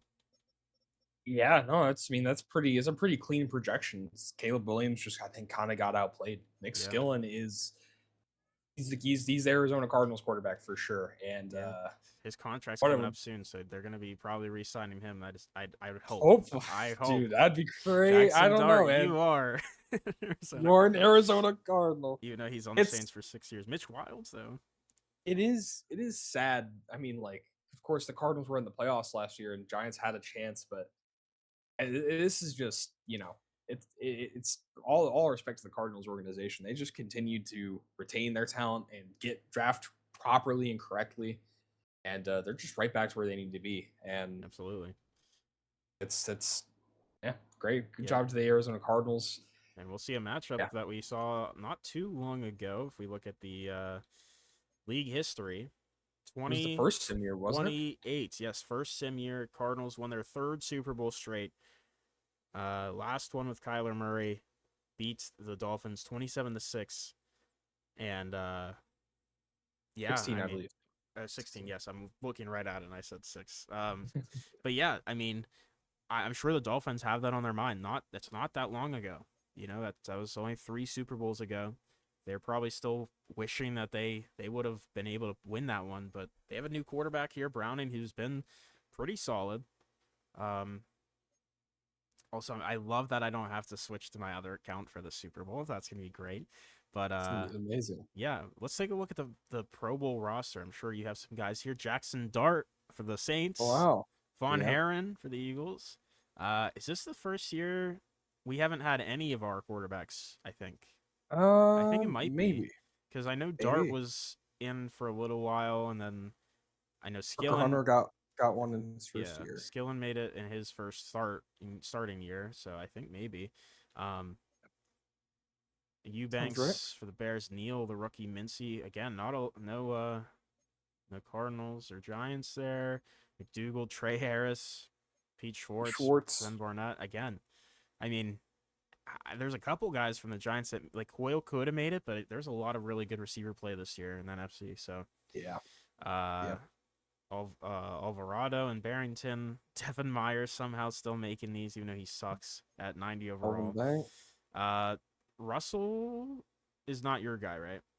That's Nope, a different. not my guy. Weston is your guy. Weston, no. Wait, is Weston my guy? Yeah, I think so, right? That's the superstar guard, right? Left guard, no, I don't. Oh, different Okay. Weston. No, Boston. You're thinking Boston. Oh, okay, my bad. But yeah, just looking through this team, Bobby Wilkins there at right tackle. That's the He's been a consistent Pro Bowler, yeah. Yeah, the only offensive player for either of our teams there, which I think's fair based on what I saw. Abdul Carter, of course, going to make it with his 21 sack season. That's not a shocker. Look at this edge talent here in the NFC, though. Parsons still here. Sierra, Silas, Briscoe. That's a new name. Frost as well. That's cool to see him. But no Walter Nolan here. Leo Chanel. I mean, again, not a lot of names here that we have on our teams. So Pro Bowler wise, just not a lot of our players. Rose is here though. Oh, JD Rose is here. Nice. Free safety 1. And that's it. So Cardinals, obviously, well, Cardinals wouldn't have been here anyways. So I'm stupid for forgetting that. But only 2 Giants, 3 Giants, 4 Giants. Yep. Yeah. No, it was a down year. It was Recent. a down year. It was Yeah. JD Rose, Bobby Wilkins, and that was it. And Abdul Carter. Oh, yeah, and Abdul, of course, Abdul Carter. How could I forget? He's just like guaranteed Pro Bowler spot. Yeah, I just think of him as like, okay, he's there, right? Yeah. Like I don't really. Yeah, but yeah. Yeah, I mean, obviously down year for the Giants, but still, I mean, not a bad season by any means. Just not at all. Would have loved to, make expectations wise, yes, down year, but that's okay. I think every team's gonna have that. I just gotta bounce back. But absolutely, let's focus on the Cardinals this season and the Dolphins. So let's get to that. We can also look at the award winners for the season, which we might see some of your guys for sure. Burrow wins MVP. Spellman at 2, Heron at 3, Dart at 4, McQueen with his 0 pick year as well. Hunter at 6. There you go. That's crazy. Wow. Skillen at 8. It's nice to see. Dante Jeffries finally getting up there in the world. Oh, what's sir? I get it that Burrow was the one throwing him the ball, but I feel like Chase should have had a nod in this somewhere. Yeah, but it's a quarterback award though. I It guess this is is. just really And embracing that. Dan Quinn, who he was signed, I think, last year or 2 years ago. Yeah, What a he turnaround for wins. them. Yeah, there we Yeah, go. Bears as well. Scott Anderson was not always there. John Grant, like a lot of these kind of newer signings showing up And, here in the yeah, Brendan AFC. Washington, I think, was what 2 years ago, right? Or was it Uh, this year? no, No, that he was was his this this year, year. right? Yeah, he was the Yeah, Lions head coach, I believe, you're right. You're this right. past season. Um, yeah, a couple names here. No Peak and no Salami. I'm surprised Salami's not here after. I Yeah, mean, I you guess the should roster definitely. talent maybe is just, but I don't know. I mean, I feel like you should have gotten a no, nod at no least. nod. I don't. Yeah. Yeah, Well, let's look through the AFC real quick. I mean, not a shocker. Jamar Chase. What a crazy season. yeah. Defense player of the year. Johnny Hackett. Yeah, he looked awesome this year as Yeah. well. He's gonna be a Offensive. guy to watch in the Super Oh, Bowl. absolutely. Sure. Offensive rookie of the year, Chris Strickland. I honestly have no idea who he is, but probably a receiver or something. Yep. Defense rookie of the year, Jamie Costello. Also don't know who he is. Also, funnily enough, Oh, D tackle. Morgana for the Bills was 5th in offensive rookie of the year. He's just Oh yeah, it's I funny. mean he played well in his very little starts, but Juan Peak made it at 7. He's a Jag, by the way. Nice. But yeah, I mean I'm excited to see what he does next year. Best QB obviously Burrow, best running back Caleb Johnson, best receiver Jamar Chase, best O lineman Tommy Thomas for the Ravens. Thomas. Best D lineman Johnny Hackett, best linebacker Jackson St. Louis with his 175 tackles. Nice. Tim Newhouse, best DB. He had the tied for most interceptions. Best kicker, Brandon Thomas, a black kicker. Nice. Oh, There's a hey, couple good- actually. good- Getting good some to more know. There is diverse kickers. Holy shit! Chad Ryland's head is huge. Chad Ryland. Wow. He's a It's weird right looking there. fellow. But looking at the NFC, Tristan McDougald with his 20 touchdown season. Shout out to him. He's been an awesome player ever since he stepped foot in the league. Jackson Dart as well. Von Herren makes a little thing there. And look at our guys right there, back to back, Hunter and Skillen. Very beautiful. I Very really nice. hope they get to face it at some point. That'd be I do super too. It would be really awesome, and not a shocker here. Your guy. This guy has to be up there for one of the best defense players of all time already. I know he's still young. Yeah, God damn, man. he has 15K legacy score. I mean, Parsons has 19K, and Parsons was in the league what 4 or 5 years earlier. So I think Abdul Carter will be up there for sure. yeah, I mean he's probably over. He's already passed 100 sacks on his career, right? Because he had at least 3 or 4 seasons of 20. I think 4, maybe 5 now. No, 4 seasons of 20 plus. I mean, he's close. He's gunning for Bruce Smith right now. Oh, absolutely. He's on a great track for it. Although 2 Cowboys, that's scary for the NFC East there. Yeah. No Cardinals, I should say. Offensive rookie of the year goes to the running back Eric Neal. He was very good. Not a shocker. Clayton Cobb had a decent year. He gets in there at 8. I'll take that. And defense rookie of the year. Escobedo had a nice Who was little it? shout there for the Seahawks quarterback. Oh yeah, the Escoville. And then Yep. Brett Charles, back-to-back defensive rookie of the years. We're looking back to Cardinals' way of the defensive rookie of the years. 2 edges back-to-back. Before it was 2 D tackles. Yeah, it's very exciting future here for this pass rush. We see any other guys here? We do not. Best QB Jackson Dart. Fair enough. Hunter and Skillen again, 5 and 6. Best running back goes to Bijan, finally able to get there without Scadaboo. Although Neal, really impressive season right there. Oh yeah. Benson at 4. And no Giants. Scadaboo still made it at 10. It's crazy. Yeah. NFC run game, not incredible. Like Benson had like just over 1,000. So yeah, the run game. Yeah, it really is not like quite. Bijan, Eubanks, now Evan Neal, and Benson. That's really the only 4 elite running backs I can think of. Of course, Scadaboo, but Gibbs was is also hurt. good. But yeah, It's tough. But best receiver Tristan McDougald, again, incredible year, incredible career. Coyle at 6. There you go. And Neighbors at 10. There you go. So a couple of your guys getting some representation. Walt Snead was snubbed though. Tyler Smith, best O lineman. Will Carr at 4. He was the consistent guy holding it down there, so I'm glad to see him there. Oh, and Tevin Cardinals Lewis. goat Tevin Lewis. I don't know who that Exactly. is, but He was the rookie I drafted to start once Ryan Kelly left. So he's been doing good, and also Jaron Finnegan, former first round Yep. pick. Again, you talked about the drafting for the Cardinals. They have done a pretty solid job in the draft, filling holes that they were looking years down the lane for. Whereas Randy Peak is just filling my holes, drafting corners who aren't gonna Yeah, start. he's filling his personal desires of defense, and including that obviously Abdul Carter. He probably has a sexual relationship with him because why wouldn't you, think dude? so. I'll probably with all his whole D line because Brian Yeah. Burns got He extended. gets We a let train Scattergood ran dump on. him. Peak is just sitting there with a ball gag, and actually no, they can't do that because that's another hole gone. But anyways, besides the point, we're PG enough here sometimes. We're not PG. We're No, lying. We're but just lying. outside of that, no Cardinals. No, again, it's a really good defensive league this time around, and Walter Nolan, even with a D line great has year, just not gotten here. so Yeah. good. Cody Simon, he kind of had a couple down years, but he's back at top of the linebackers. Love to see that. Do see Zeke Teague as well. Again, kind of, back to where I feel like the Cardinals are finally getting back to their build. They had Mac Wilson. They finally replaced him with Teague, right? So they have the two really good linebackers. Their defensive line is cooking a little bit more. Best DB goes to Quinyon Mitchell. You do get JD Rose at 3. Had a very impressive season. Cole Bishop, your For favorite safety, guy. especially. Yeah, usually safeties aren't up here for best Yeah, DB. It's I'm pretty sure short. all those tackles definitely helped. Just him being so involved in the run game too.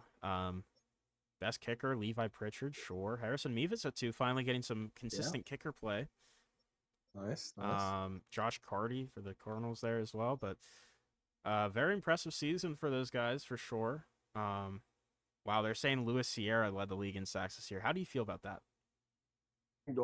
Louis Sierra. Oh, well, He that's tied. fine. He's not winning Defensive Player of the Year, so That's true. That's true. that He matters. shouldn't.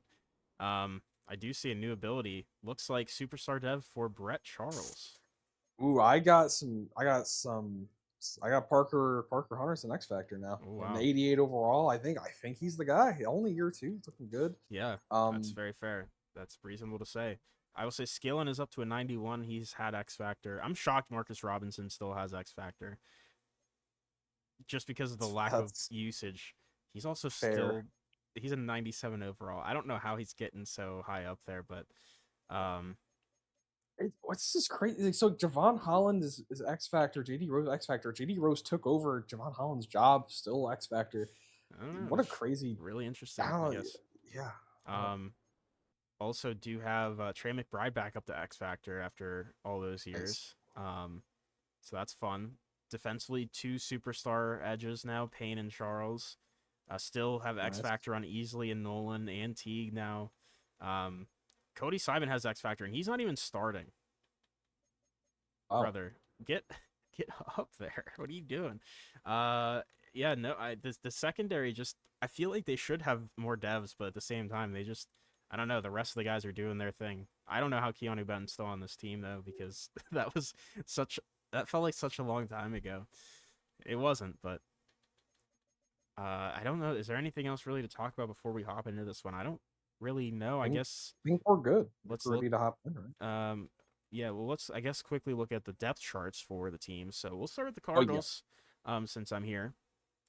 Obviously, Nick Skillen is QB1. He's playing pretty well.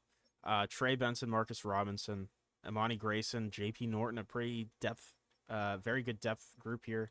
Obviously, 2 of the best backs in the league. Just haven't really shown it as much as we normally like to see it. Marvin Harrison's playing up to a 95, pretty good. Clayton Cobb, still turf toe for Mr. My brain just completely forgot his name. Josh Ramos, which that's a big one because he was a big Super Bowl player against the Dolphins last time. So we'll have to see. Maybe Diego Vega can step up like last time. And Cobb as well, and Harrison. Trey McBride. Also that second-year tight end, Emmanuel Fernandez, maybe could get involved a little bit. Paris Johnson, hopefully fully back and healthy at this point with Jaron Finnegan. Tevin Lewis. Why is the tight end the backup center? The weak spot of the line is Jeremiah Lennon. the 75 right Mm. guard. We just kind of filled him in. I think they just signed him randomly. But Will Carr's also very good at right tackle. At edge, Brett Yeah. Charles is playing up to a 90 right Ooh. now. The rookie. Yeah. That's incredible. Him and then Nathan Payne playing up to an 86. Super young, promising defensive Yeah, line. Yeah. absolutely. And my plan, if we kept playing like more seasons, was to rotate those Sweat and Birch out for young, talented edge rushers, and they pretty much just fulfilled my dream here. And obviously Walter Nolan and Dylan Easley still probably the best D tackle duo in the league. And then Keanu Benton's also good. They also have this Colt Stern guy who's decent. Cody Simon's playing Sam linebacker for some reason, but he's very good, 89 overall, playing up to an X factor. Because Zeke Teague is playing Will. Also, and also because Trevin Wallace is playing Mike for some reason, 85 overall, playing up to it. He's been good, honestly. And then Zeke Teague, he's crazy. He's developed so well, playing up to a 93. Also, Quan Wiggins, I completely forgot we drafted him too, 85 overall. What is our development group is crazy. But Will Johnson, obviously, he's an elite corner. Chris Abrams-Drain was big in that Dolphins Super Bowl too.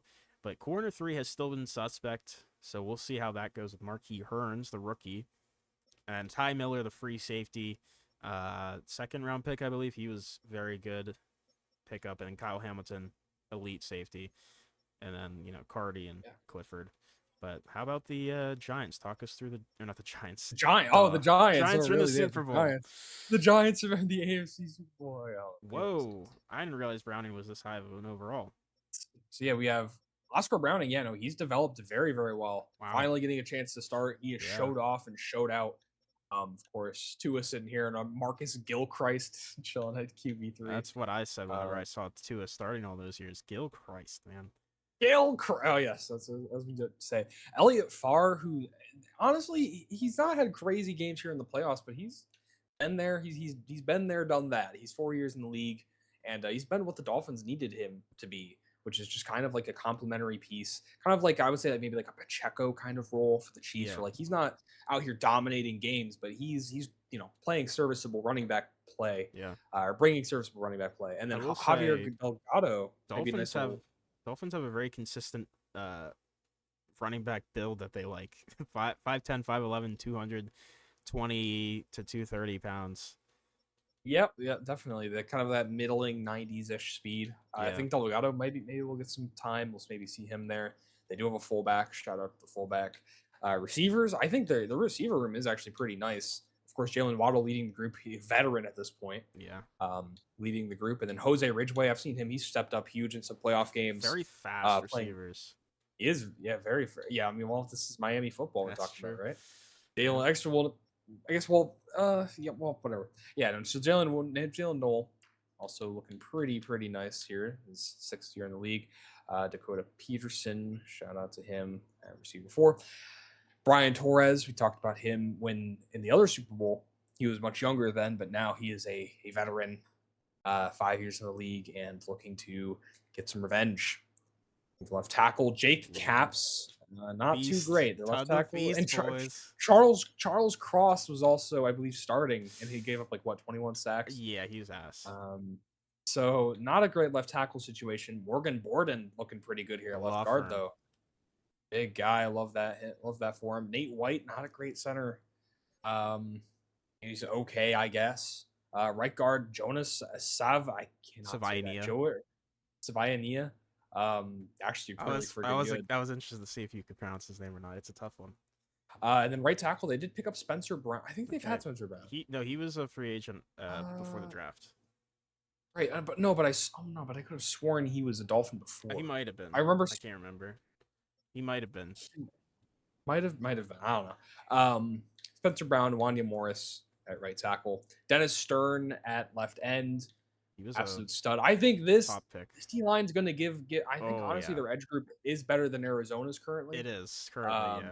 Jarvis Thomas, the rookie, looking incredible across from Dennis Stern, who was a former first. This D line is insane, dude. The D tackle line, this D tackle room is straight out of Randy Peak's orgasm. Johnny Hackett, Dexter Lawrence, Kenneth Grant, and Jameel Russell. Those are four Oh my 89 God. plus overall defensive That's tackles insane. that are going to rotate into Nick Skillen's butthole on a daily basis. I mean, that guard, Oh that goodness. guard, dude, He's tough. Craig, bro, that He's is fucked. terrible. Yeah, That that's is a terrible. Their D crazy group. tackle 4 is higher overall than that guy. That's terrible.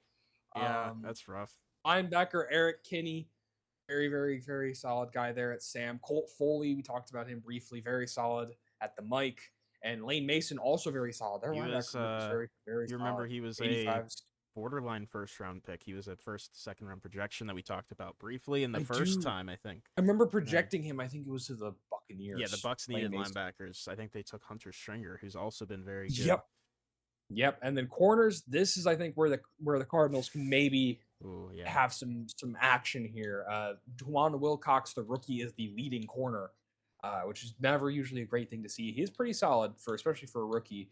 Malik Barnes, second-year guy, looking okay. Kyler Gordon, the veteran at cornerback 3, and then Riley Moss. Yeah, this cornerback room, I think the Cardinals, if the Cardinals are gonna, win this game, gotta target these corners. I feel like, because running the ball is gonna be super tough against that front. I think it's time for Nick Skillen to step up. Safety wise, they have Brandon Jones, we talked about, who I think is, probably better than all their corners, but still not the elite, but he's good. I'd say he's pretty solid at free safety. Strong safety, a little bit worse as well. Jaquan Brisker, another veteran. They're kind of going for this veteran safety and then like young corner kind of thing, I think. Their secondary is not that great though, but that front seven is nasty. So it's going to be interesting to see. I don't know. I think Arizona has the better offense, but that Dolphins front seven's super tough. But then also the Cardinals have a better secondary, I would say. I don't know. It's really just gonna be the matchups, because I feel like the Cardinals. It's really the defensive fronts are gonna be really important today, because I think the Dolphins have a worse O-line overall. For sure. Left tackle and center specifically being very much so exploitable. So I'm interested to see how they hold up versus our Cardinals' really good front. There's also a lot of speed though against like the corners. I think very true. There's a lot of interesting matchups. I think this could be. I don't know. I could see it either being a low scoring game or a really high scoring game if they decide to both air it out. So I don't know, but and I think this, you could say the same thing like you were talking about with this Dolphins crazy front, right, is going to be a challenge for the Cardinals line, where that right guard has not been great. Obviously a pretty good line otherwise, but that right guard is going to be prime for the picking, especially if they bring 5 down linemen. It's pretty much guaranteed free pressure. 3D tackles, I would not be. Miami does run a 3-4. That's not great. I would not like to be there, Nick Skillen, but this is where legends are made. Can he live up to that Kyler Murray 3 Super Bowls in a row and go ahead and win one against the Dolphins, or will the Dolphins win? I will say too, the Dolphins we talked about have been perennially bad, other than that one year where they made the Super Bowl and lost to the Cardinals, like we said. And they've had those top picks. We talked about them taking pretty much D tackles and edges all the time, and look at what they've built. Obviously, they signed Dexter Lawrence too, but like probably almost unnecessary for him to get. He's already a great defensive line, but like makes it even better. It's even better, and you had like homegrown talents. 5 of those guys, those 2 edge rushers, plus the 3D tackles with Kenneth Grant as well, and then bringing in the veteran presence Dexter Lawrence, who's just been a completely just dominant player his entire career, and also a Super Bowl proven. True. He won that bowl with the Browns. He knows what it's like to be here, so he's mentoring those young guys, and I'm very interested to see how this game goes. I'm a little worried for Skillen because he's been sacked quite a bit through the playoffs, and but then again, Miami with their that left tackle is sus. I think if you win that matchup, I think things could also be a long day for. I think it's going to be a long day for both quarterbacks. I think. For sure. But let's see. Dolphins do get the ball first. I will obviously commentate my Cardinals. So I will. I gotta switch. Oh. Yeah, you gotta switch. But here's a return for the Dolphins. Are you able to watch? Are you watching? Yeah, Okay, watching well, now.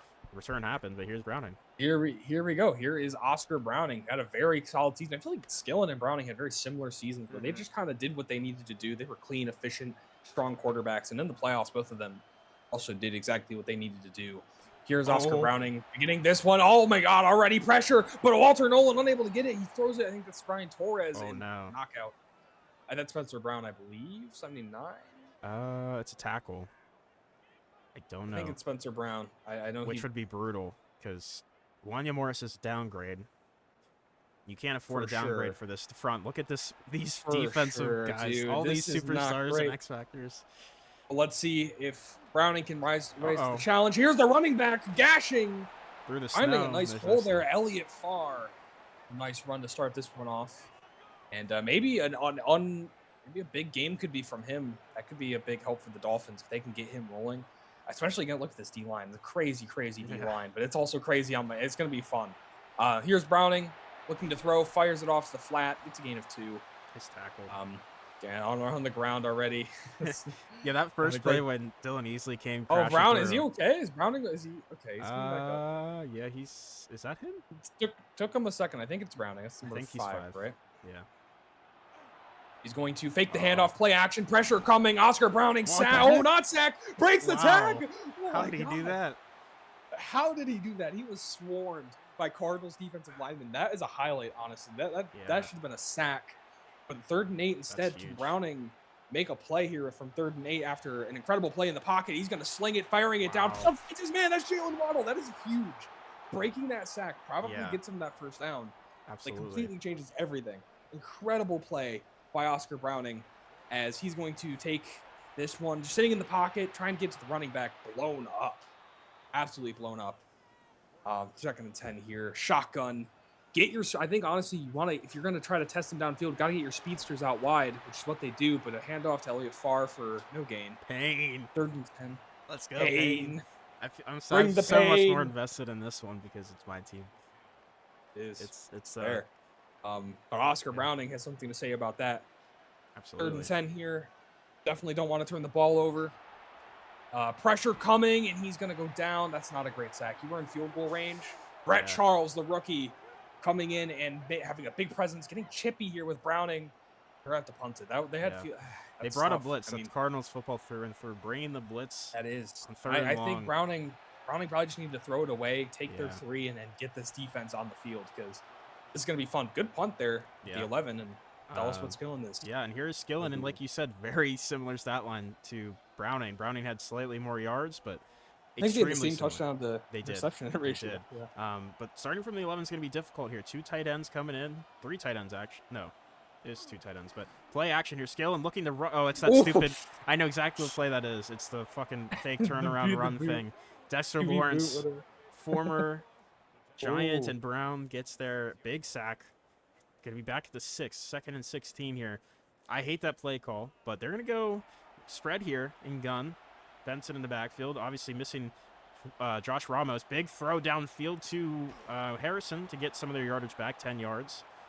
And makes this a little bit more manageable on 3rd down, 3rd and 6. 3 receivers down on the bottom of the screen, and you got Trey Benson in the backfield. Skillen looking for a pass, 4-man rush. Skillen getting pocket closed in on, it's intercepted. No! And that's a huge play for the Dolphins. That's Kyler Gordon. Oh, that's brutal. The pocket was collapsing. He felt the pressure, forced the throw. We talked about it, D-line. Yeah, honestly, it might come down to which quarterback makes the less mistakes. Yeah, I think it's going to be a hard I think he needed to go to McBride there, but he tried to go to his main receiver, Harrison, in the There's also a great play by Kyler Gordon following the Absolutely. quarterback's eyes. And, I feel like, Browning must feel pretty good after that, especially seeing how that ended. His drive could have gone a lot worse. He's going to be handoff to his man. It's up to about 3 for I think Elliott Farr, I think is his name. yes. 2nd and 7. Okay, single back. I think running the ball is the right play. Try to get some runs here, but they're going to go with the pass. I think it was Jalen Nolan underneath. That is Torres, the tight end. Oh, sorry, Torres. Wow, 83 is completely wrong. Okay, that's not good. I thought Jalen Nolan wore 83. Maybe in Houston. Maybe in Houston. So here is Browning looking to throw. He's going to find his man. That is also Brian Torres again. So, 1st and 10. Just finding quick reads. I think Brian is doing the right thing here, making the quick reads. So this looks like this might be a handoff. And strong. It is going to be a handoff to his man, gunning it all the way to the 1-yard line. Elliott Farr. I feel like we've been so close at getting him in the backfield, but they've just been really gashing us on the ground. They have. I feel like maybe they're trying to get to the quarterback maybe a little too much. Maybe getting a little Absolutely. undisciplined on their rush, on their run defense. That is a good tackle though. Elliott Farr unable to make a gain there, but this is I form. They're making it very clear what they're going to do. Can the Cardinals stop it? Elliott Farr. Oh my hand God, off to let's him. go. Blasted. Kyle Hamilton. Excellent play by Kyle Hamilton. And it'll be 3rd and goal at the 1. This is still, you still have to defend this. I mean, that was a great play, but you still have to hold this 1 yard. It'll be Browning in the shotgun, handing it off to his man, and he finds it. Yeah, he finds it. Elliott Farr with the touchdown. He's honoring his Irish heritage with this one. A lot of, I feel like the Super Bowl has become a symbol of Irish heritage. Absolutely. You know, and just respecting that through and through. So Miami will take the lead here. Yeah, that's tough. I mean, taking advantage of that pick in great field position and scoring there is brutal. But, you know, in the grand scheme of things, us being the Cardinals, if I say us, I mean the Cardinals, kicking the ball away first is huge still, because it would be much worse if they were down 7-0 and they got the ball first. But here is a return. I think that's Vega. Maybe, but here comes Skillen. Hopefully he can turn things around. Let's see if he can, because that's really going to be a true test of the quarterback, is if they can, you know, have a short memory when they make the mistakes like that. And out of battle through adversity. Yeah, I would love to see if they can try to get a run game going, but I understand it's a little bit hard. But here's Benson. Oh my goodness. Maybe just listen to what I said. Run the ball. That is our identity with Benson, at least early on in the career. But a good gash there gets us good yardage to the 41. Under a minute to go. 2 tight ends in, motioning McBride out. And this one's going to be a delayed handoff. And Benson trying to find a little bit of room, finds 4 yards somehow. Squeezing through there. Don't have to run a play here before the end of the first, but see if they will. 2 tight ends on the left side of the line. They do. Handoff again, another big hole. Both run defenses looking like they're non-existent today thus far. And Benson to I 43. expected it to be some tighter lanes, but it seems like maybe just a lack of run discipline. Both teams looking at the quarterback, trying to get in the backfield. Yeah, I agree completely. I think we've seen kind of similar runs where just the lanes have opened up completely wide, where even like they could have gone 2 or 3 different routes there, and running backs would have picked up big gains. And yeah, the pass rushes obviously are just insanely good, so they're trying to just get to the quarterback. But you also mentioned Miami's weaker, secondary that might also play into run games, especially in deeper runs. That's true. That's true. And here's a first down, another run. Benson finding space, hurdling, gets 4 yards. It's like it looks like he's about to get stopped for very few yards, and still finds a way to push forward for more, one way or another. Another two tight end set. Holy shit, I can't talk. But to read option, it's a horrible. Oh my goodness, that was almost terrible. I mean, it's still not a great play. The read option, Skillen hit hard, lost the football for a minute. Luckily, fell back on. I think that was Hackett, maybe. I think that's John at 65. Looks like Hackett, unless that's that Lawrence's new number. Yeah, it's Hackett. Hackett. You know, he's a scary player, and you know you don't want Skillen to run into him very often. 3rd and 10. Yeah, no, not head on. No. 4-man rush. Skillen looking, finds time, going deep, 1-on-1. Whoa. Big play. It's going to be incomplete. Ooh. Vega was the man. It wasn't a bad ball. It was really just a great play from Gordon there, honestly. And, you know, both guys hand fighting there. And going to be an attempt from Cardi. 42-yard line, deep field goal. No Brandon Aubrey yet for years. Here's it's a low one, but he misses it. Cardi tried. It looked like he probably to the left. I think he had. He had the leg. It was just. Slightly to the left. Slightly to the left, and again, Tommy Salami obviously not happy with that, and really just looking to get their first points here. Yeah, it turns out another great play from Kyler Gordon, ending a drive with 0 points. Not a pick, obviously, but the missed field goal practically the same thing at this point. Here's a handoff. Elliott Farr with a very nice game. I mean, like, it's interesting to see these two running backs. I think they're very different styles. Benson saw him shooting through gaps and kind of juking, and we just see the physicality that Farr brings to this football team. And maybe we didn't give him enough credit, because he did get quite a few handoffs in those playoff games. Here is Browning finding his man. I believe that is running back. That is Carr. You're right. That is out of the backfield. You're correct.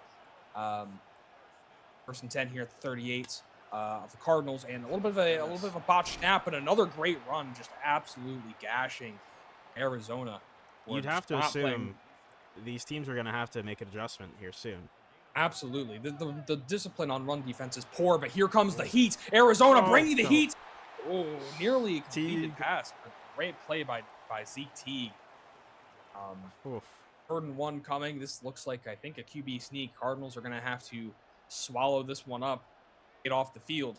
Oh, come on. And damn, they got the push, but they just didn't get low enough. Yeah. And Browning picks up the first on the sneak. And he's going to reset this drive here, 1st and 10 at the 27. Shotgun. And take the snap, looking to throw. Cardinals pressure coming, but he's just going to dump it off underneath to Jalen Waddle.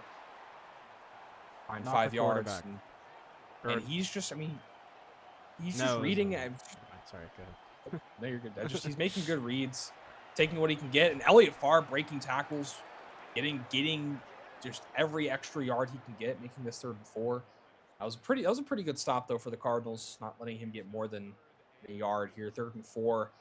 Cardinals need to buckle down here. Don't let him go up, get another touchdown. Got to hold him to 3 here. Maybe even make a play on defense. Here is Browning underneath. Just Cardinals playing too deep. You got to come lower.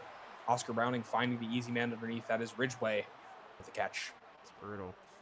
Yeah, Browning's looking really, really clean in the pocket. Even though it's collapsing, he's staying very calm in the pocket. Yeah, you think maybe Skillen just letting the pressure get to him a little bit on the stage? It's very possible. There's going to be handoff to, I believe that is the same man, Elliott Farr, stiff-arming Will Johnson on his way to the end zone. Yeah, honoring his Irish heritage, Elliott Farr, have a day. Getting in there with the little clapping, what do you call that? A fucking handshake, I guess. I don't know. Like, it's like hand slap. Dap up, sure, yeah. A little ass clapping. A little ass clapping there. Arizona not looking too good, but we've seen Arizona battle back in the playoffs. They had that 11-point run.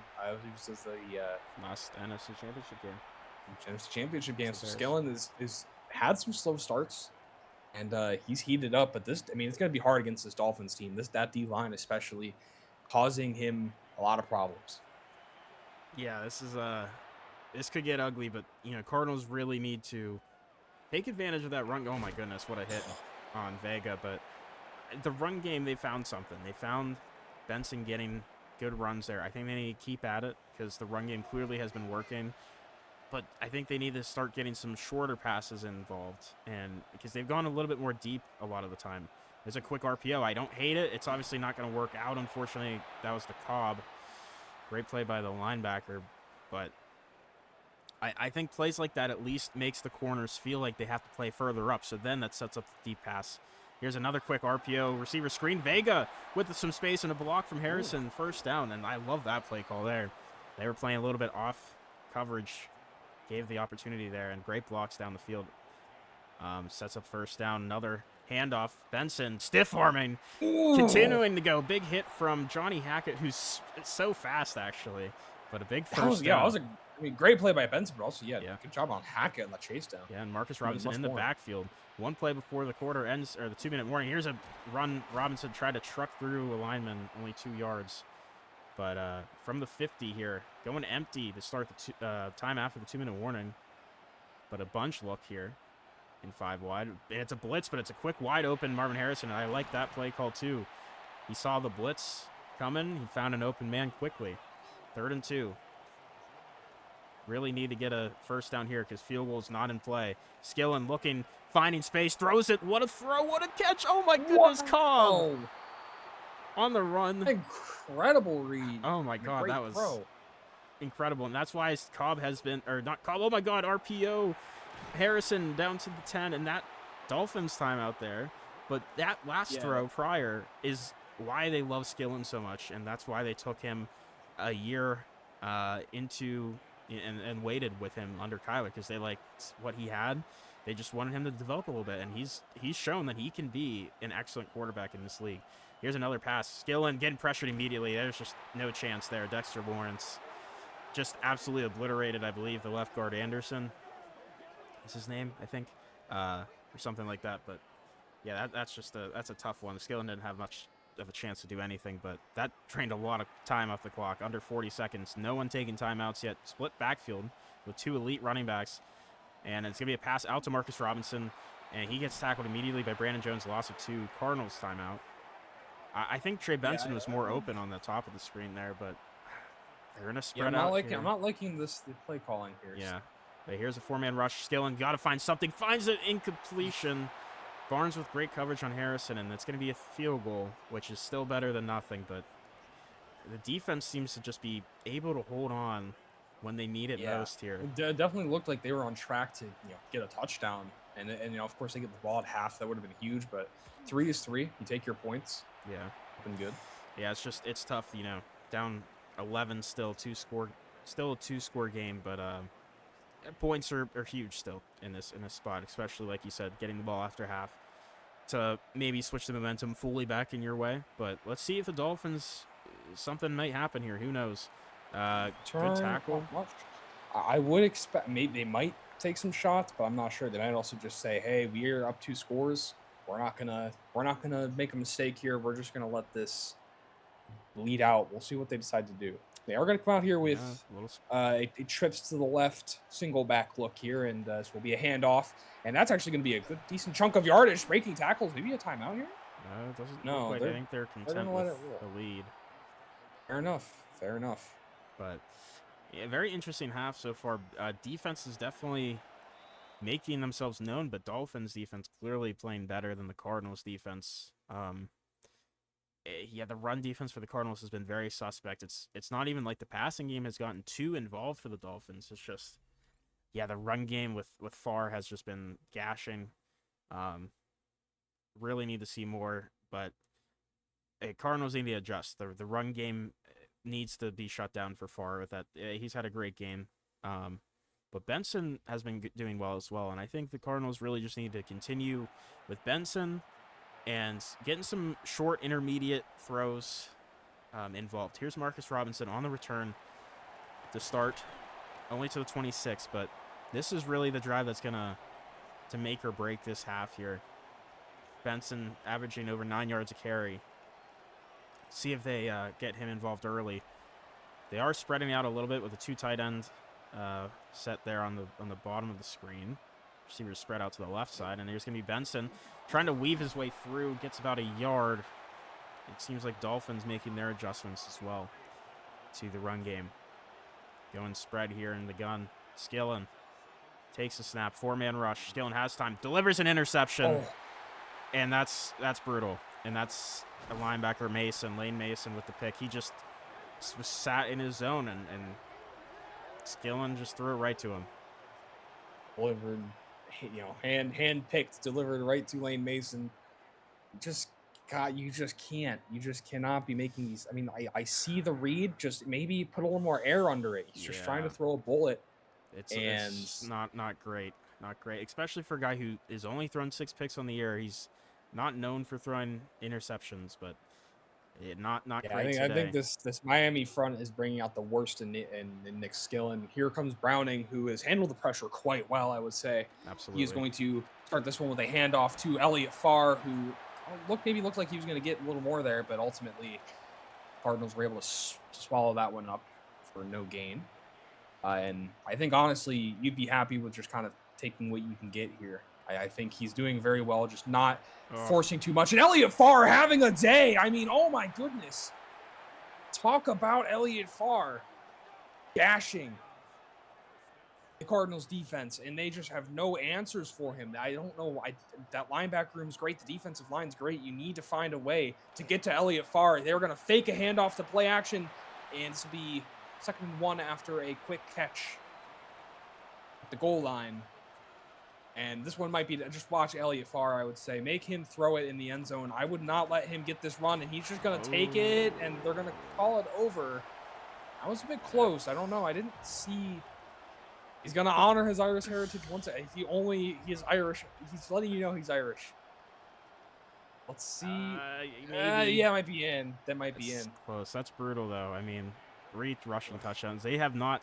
I mean, they had 1 good run stop there, but also at the same time, they've had great field position on 2 of these drives. So.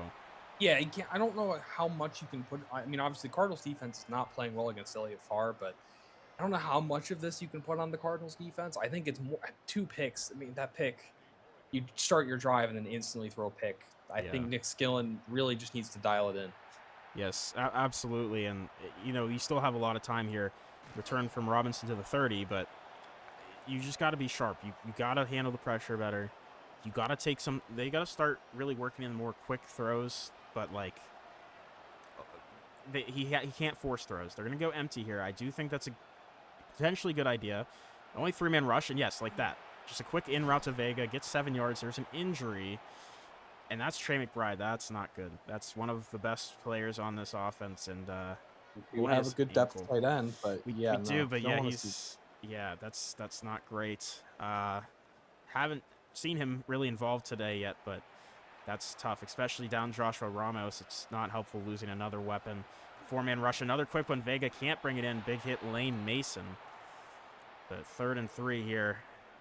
I don't 3rd down. Yeah, I don't hate the process here. We do see there's some blitzes coming, maybe showing blitz.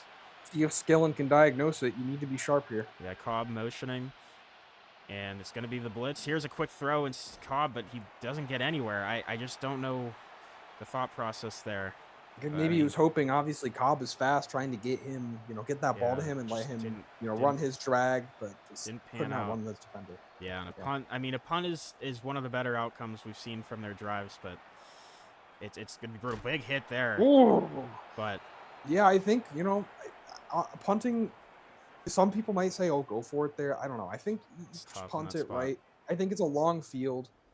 I think a lot of the 2 other touchdown drives have been off of interceptions. Make Miami work this down the field. Get this Cardinals defense a nice long drive to work their scheme and stuff Elliott Farr. But that's just going to be a quick, easy throw to Brian Torres for game 3.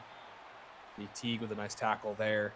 I think, honestly, they need to start hitting people hard. I mean, we've seen this Cardinals team. They can force fumbles. I feel like that would be a huge way to turn this one around. Here's Browning firing it downfield. Great play by Will Johnson. Stuffing. Yeah. Putting his hand in there and kind of just breaking up the play. And here's 3rd and 7. They have a chance to get right off the field. Let's see if they can stop Browning, who's going to fire it. And that's a big catch. Will Johnson just could not prevent. I believe that was, I know it's the Ridgeway? I forgot his name. Ridgeway. Yes, Ridgeway. Yeah, that was tight. That was a tight catch there. It was zone coverage. I mean, it's going to be hard to stop him. It's a good call there by Brendan, the head coach of the Dolphins. Here's going to be a handoff to the man. I mean, he has just been having a day, and he is continuing to. Just getting down the sideline. Elliott Farr. It might be the reason Arizona goes home. I mean, this is just utterly despicable work by Elliott Farr, who's going to get another handoff from the Cardinals. They do a little bit of a better job that time, only 2 yards, but what are you seeing? How is Elliott Farr doing this to them? I think it's the scheme. They're not running enough of the five men down because that's how we stop the run. That's how we had an elite run stop. Here's a freed option. Big play. Get it. Let's go. Go, Charles.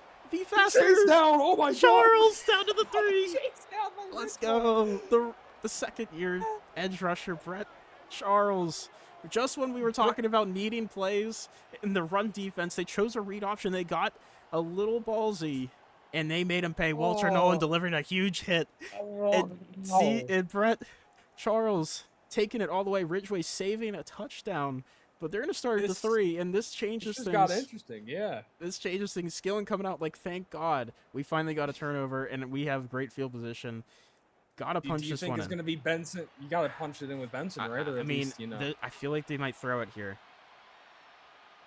They are Skillen. Screen, I don't hate that. I don't hate our screen. That's a good decision. I mean, that was a beautiful blend of both of our our sayings there. Absolutely. Blended it perfectly. You know, they saw what the Broncos did last Super Bowl with the screenplays, and saw how effective it was for one play, and they called it once, and it worked extremely well. There you go. And they're finally getting a touchdown here. That's huge. That was a huge mistake for Oscar Browning. And obviously a great play from Nolan and Brett Charles, and obviously Benson punching that one in.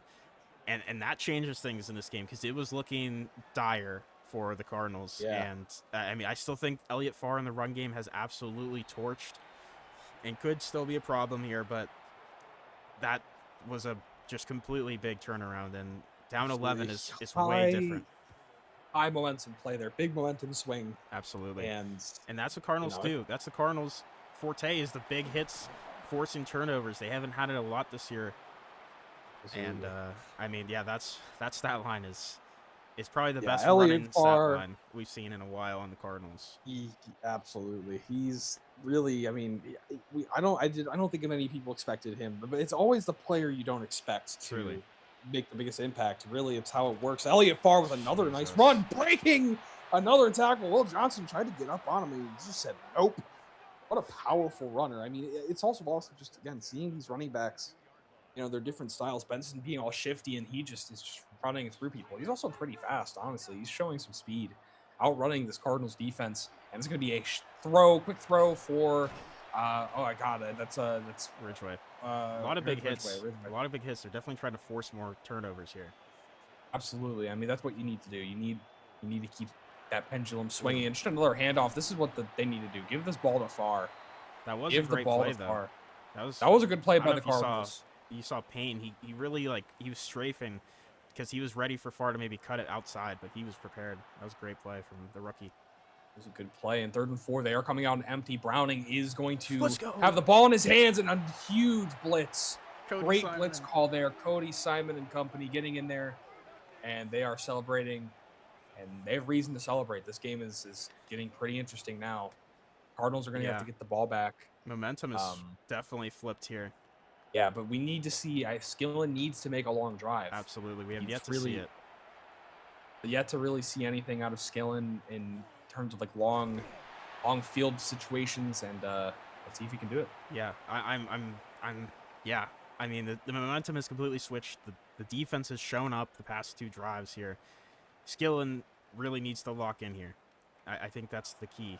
He's got to take the momentum and run with it, because they have it, and they got to keep a hold of it. Let's see, Skillen going to hand it off. No play action. Going right out to Benson. Stiff arming a linebacker. Fighting for more yards. Gain of 7. I don't hate it. Get it to your best player. Benson's that. That's a good way to win you football games, for sure. Maybe one more play before the end of the quarter. 2nd and 3. Another play action here. Skillen takes a hit, but gets a wide open Cobb. The rookie takes it across the 40 to the 41, and they'll start there at the beginning of the 4th. But yeah, both teams are under 100 passing yards. Yeah, it's been a lot of running today, but very interesting 3rd quarter that was. It looked like the Dolphins may have closed that one out if they would have scored one more time, but the huge hit, forced fumble and recovery down to the 3 for an easy Benson touchdown really turned this around here and potentially give us a very interesting game for the Cardinals.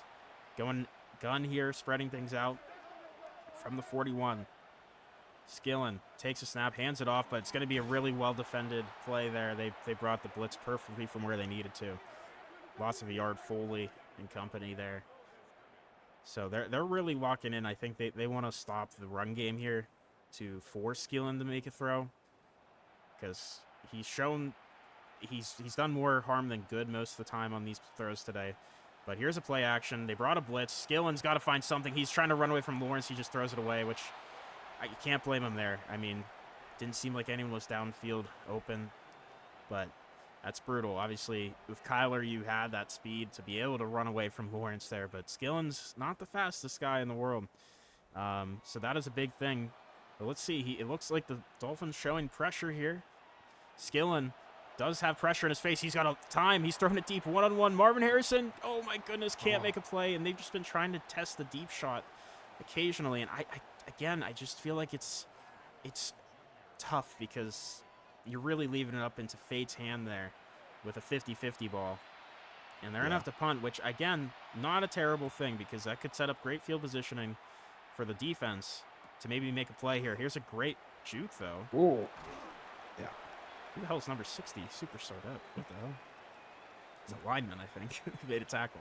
Oh, lineman.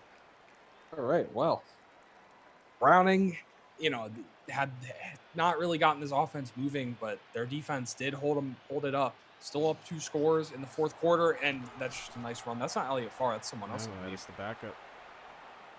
Backup running back coming in with I briefly mentioned him. He's the quick guy. Delgado. Delgado. Yes. And we're going to see what they can do here. Delgado is out here currently.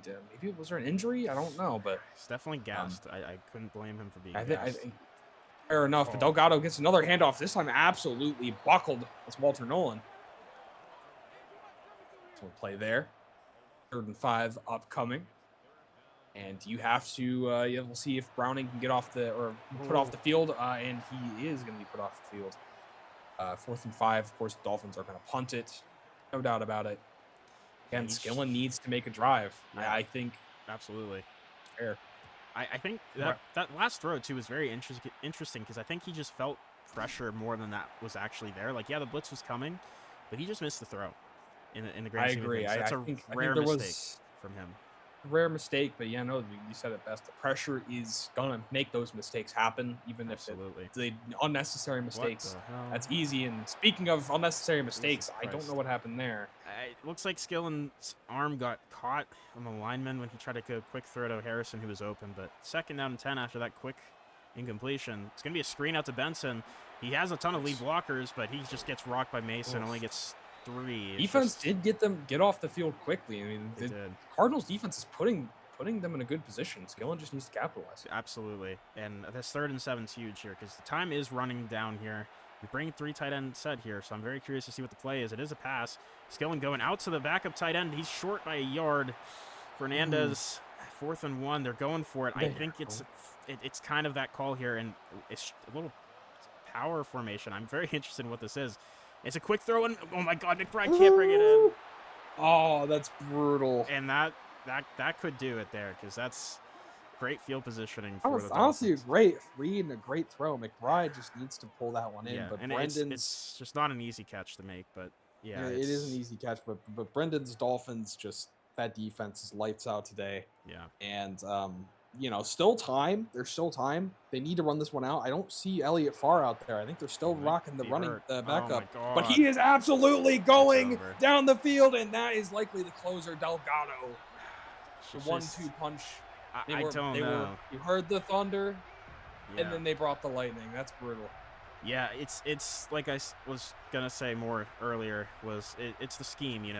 Whenever we were playing, I ran a lot of the 5-man rushes, and that forced the run to be worse. And yeah, the pass game suffered, but it was overall a good thing because the run game was never taking over games like it has because they haven't really had to throw the football very much. And this situation here, we've seen it a few times where they've had five down linemen, but it's just not consistent enough. They've been playing a little bit too safe. Not as often as even in that first Super Bowl against the Dolphins. I feel like they played it a lot more. Yeah, they definitely did, and it's just been brutal. And I think offense really they have time technically. They're down 3 scores, but it's going to be difficult. But Skillen has to turn it on here because it's been brutal. I feel like the Cardinals offense really has let them down. I feel like the defense has done more than enough. I know you said obviously in the 3-down line the run game has been rough, but they've gotten off the field multiple times. Not even 100 yards for the. Jeez. And the run game, to be fair, has been a problem because the Cardinals have not been able to run it as consistently. Yeah, the first half they had a good run game, but Dolphins have, unlike the Cardinals, adjusted much better against the run, and obviously we see a lot of 5-man fronts, those pressures that kind of Cardinals-esque. Yeah, very much. All the guys going up the line. Very much so. Skillen has some time, throws it open, man. I don't know who 86 is, but he has a lot of speed, and he gets a nice play there. I don't know who you are, but nice play, 86. Skillen, still wanting to fight into this game. You don't want to give up here, and it's gonna be another 4-man rush, taking a quick one. McBride with the catch. gain of 9. And I think this is what they needed to do more of earlier. They needed to take those quick, short throws, have a little bit more of an up-tempo in the pass game. 3-man rush, open man, Cobb, what a catch there. Dylan's finally starting to throw some dots. He is. It just might be a little too late, but we'll see. I mean, you never know. Still time. They're going hurry up here, obviously, from the 25. Handoff, Benson trying to fight through. Brandon Jones gets 4.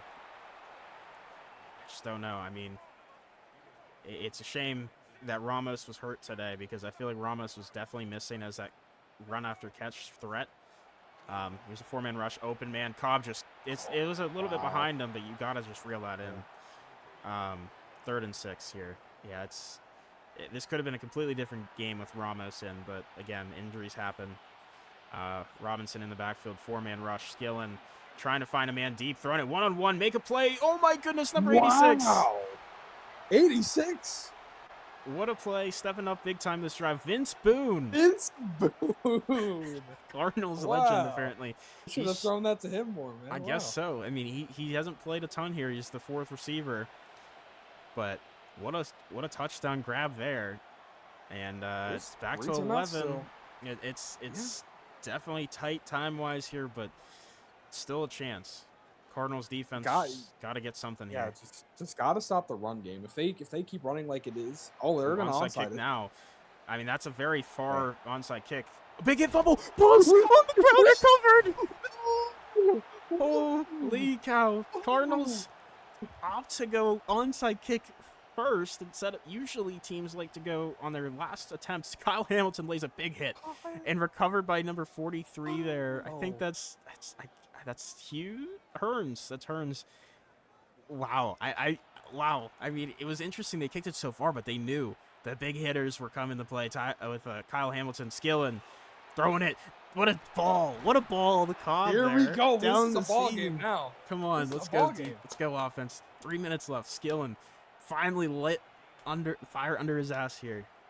28-10. This would be one of the greatest Super Bowl comebacks of all time. Skillen looking for pressure for somewhere to go. Throws a quick one, incomplete. That's a great coverage rep there, but incompletion is okay there because you'll take the time stoppage, regather your thoughts, think about what you want to do here. Marcus Robinson still in the backfield. Maybe Benson picked up a little injury. We'll see, but 2nd and 10, another 4-man rush. Skillen throws it quick, just incompletion there. Try to go Cobb and Riley Moss there. It's been these tough. You could take a field goal. I mean, you definitely could. Field goals in play. But obviously, you'd love the touchdown first. But Skillen pressured, quick throw and caught Cobb again. Ooh. He's been, a little inconsistent with the contested catches, but he's been probably the most reliable one today. Just talk about pure a late volume. Talk about late. We talked about how he stormed back late. He's doing that right now. Absolutely. And if we could score before a 2-minute warning here, that's a really good spot. Here's a read option. That's stupid. Ooh. Stupid play call there. I don't know what the point of that was. I mean, try I to think catch also just him. hand it off, right? I don't think the lane wasn't there. I don't even think a run makes sense at all in this spot anymore. Here's a quick throw, Harrison. You just got to keep throwing it at this point. Like, maybe when you get closer to the end zone, maybe you can run it, but like, I just don't get it. I don't get it. But maybe one more play before the 2-minute warning here. Sending Marcus Robinson out wide. Going to be empty here. Please be a pass. 4-man rush. Skillen getting a little antsy there. Whoa. Throws it up. Oh, tried to go to Harrison. Maybe if that was Boone, he would have caught it. But what do you do here? Do you pick the field goal or go for it on 4th and 4? Well, I would get. I think this is the call here. Kick the field goal. It's still a 1-score game. You have 3 timeouts. I don't think you should go onside kick unless you're really confident about forcing another fumble. I think you just need to hunker down the defense on the run game. It's true. Which it's been the Achilles heel today for this defense is the run game. Absolutely. And Brendan has had a very nice run scheme here for the Dolphins today. Absolutely. And return. I was about to say it might not matter if they get a fumble there, but definitely we're trying. But Elliott Farr, I think, might actually finally be coming back on the field, which is sorely needed. I mean, their backup did have that nice touchdown run, but Elliott Farr has just been another beast today. He is not on the field. Not out on the field. They lied. It's going to be they're spreading Ridgeway. Browning going to hand this one off to Ridgeway. Ridgeway's the receiver. That's Delgado. Oh, sorry, Delgado. Oh, man. I was trying to remember Ridgeway because I kept forgetting, but then I forgot who Ridgeway was. And then you named him the wrong guy. Delgado. That's okay. Happens. Happens Yeah, the it's best of rough. us. It's rough. Second and 7. Delgado still in the backfield. Going to be handoff that's to brutal. Delgado. That's- That is a really rough run to sustain. Yeah, it's not technically really rough. over, but it's close. It's brutal. Gash there. Yeah. No, and the Cardinals, I mean, they have so much momentum. That run's really killer, but not over yet. It's not over yet. They still have to play football. And off to Delgado. Good job getting in the backfield. Ooh, that's Gain of big. 1 there. Actually, really big. That Really changes things. big. I Spencer mean, I would Brown be again. upset as a coach. I'd be telling Brown to Fight not through be it. get off the Yeah. field. Like don't be making us use an injury timeout. That is huge. You got to be a team player there. I know Wow. it's rough, but Going empty. they're here. going spread. 2nd and 9. Maybe a QB run. That'd be really risky, but no, they are just going to straight up pass it, slinging it, nearly picked off. Oh by my Will Johnson. goodness. Okay, this Oh my game has goodness. changed extraordinarily. This is Wow. the best Super Bowl we've seen. What do they do? What is? 3rd and 9. They're Oh. going spread. I don't agree with this idea here for the Dolphins, but they agree Oh, with that's it. game. Oh, that's game. Wow. They put their balls on the table. They But put that everything on the was- table and I mean- said, Browning, go win it. It worked out for them, incredible. but that was risky to not run it those 2 times. And I mean, still an incredible performance in the second half there from the Cardinals as a whole, but it was just too little, too late. You know. Yeah, the defense kind of started to, could not stop the run, and then evidently couldn't stop the pass when it mattered most. 28-20 is your final. Browning and the Dolphins winning the Super Bowl. Worst team to best team. Yeah, and next season they'll be right back at the bottom. It is the trend, but maybe not. Browning could be their guy finally.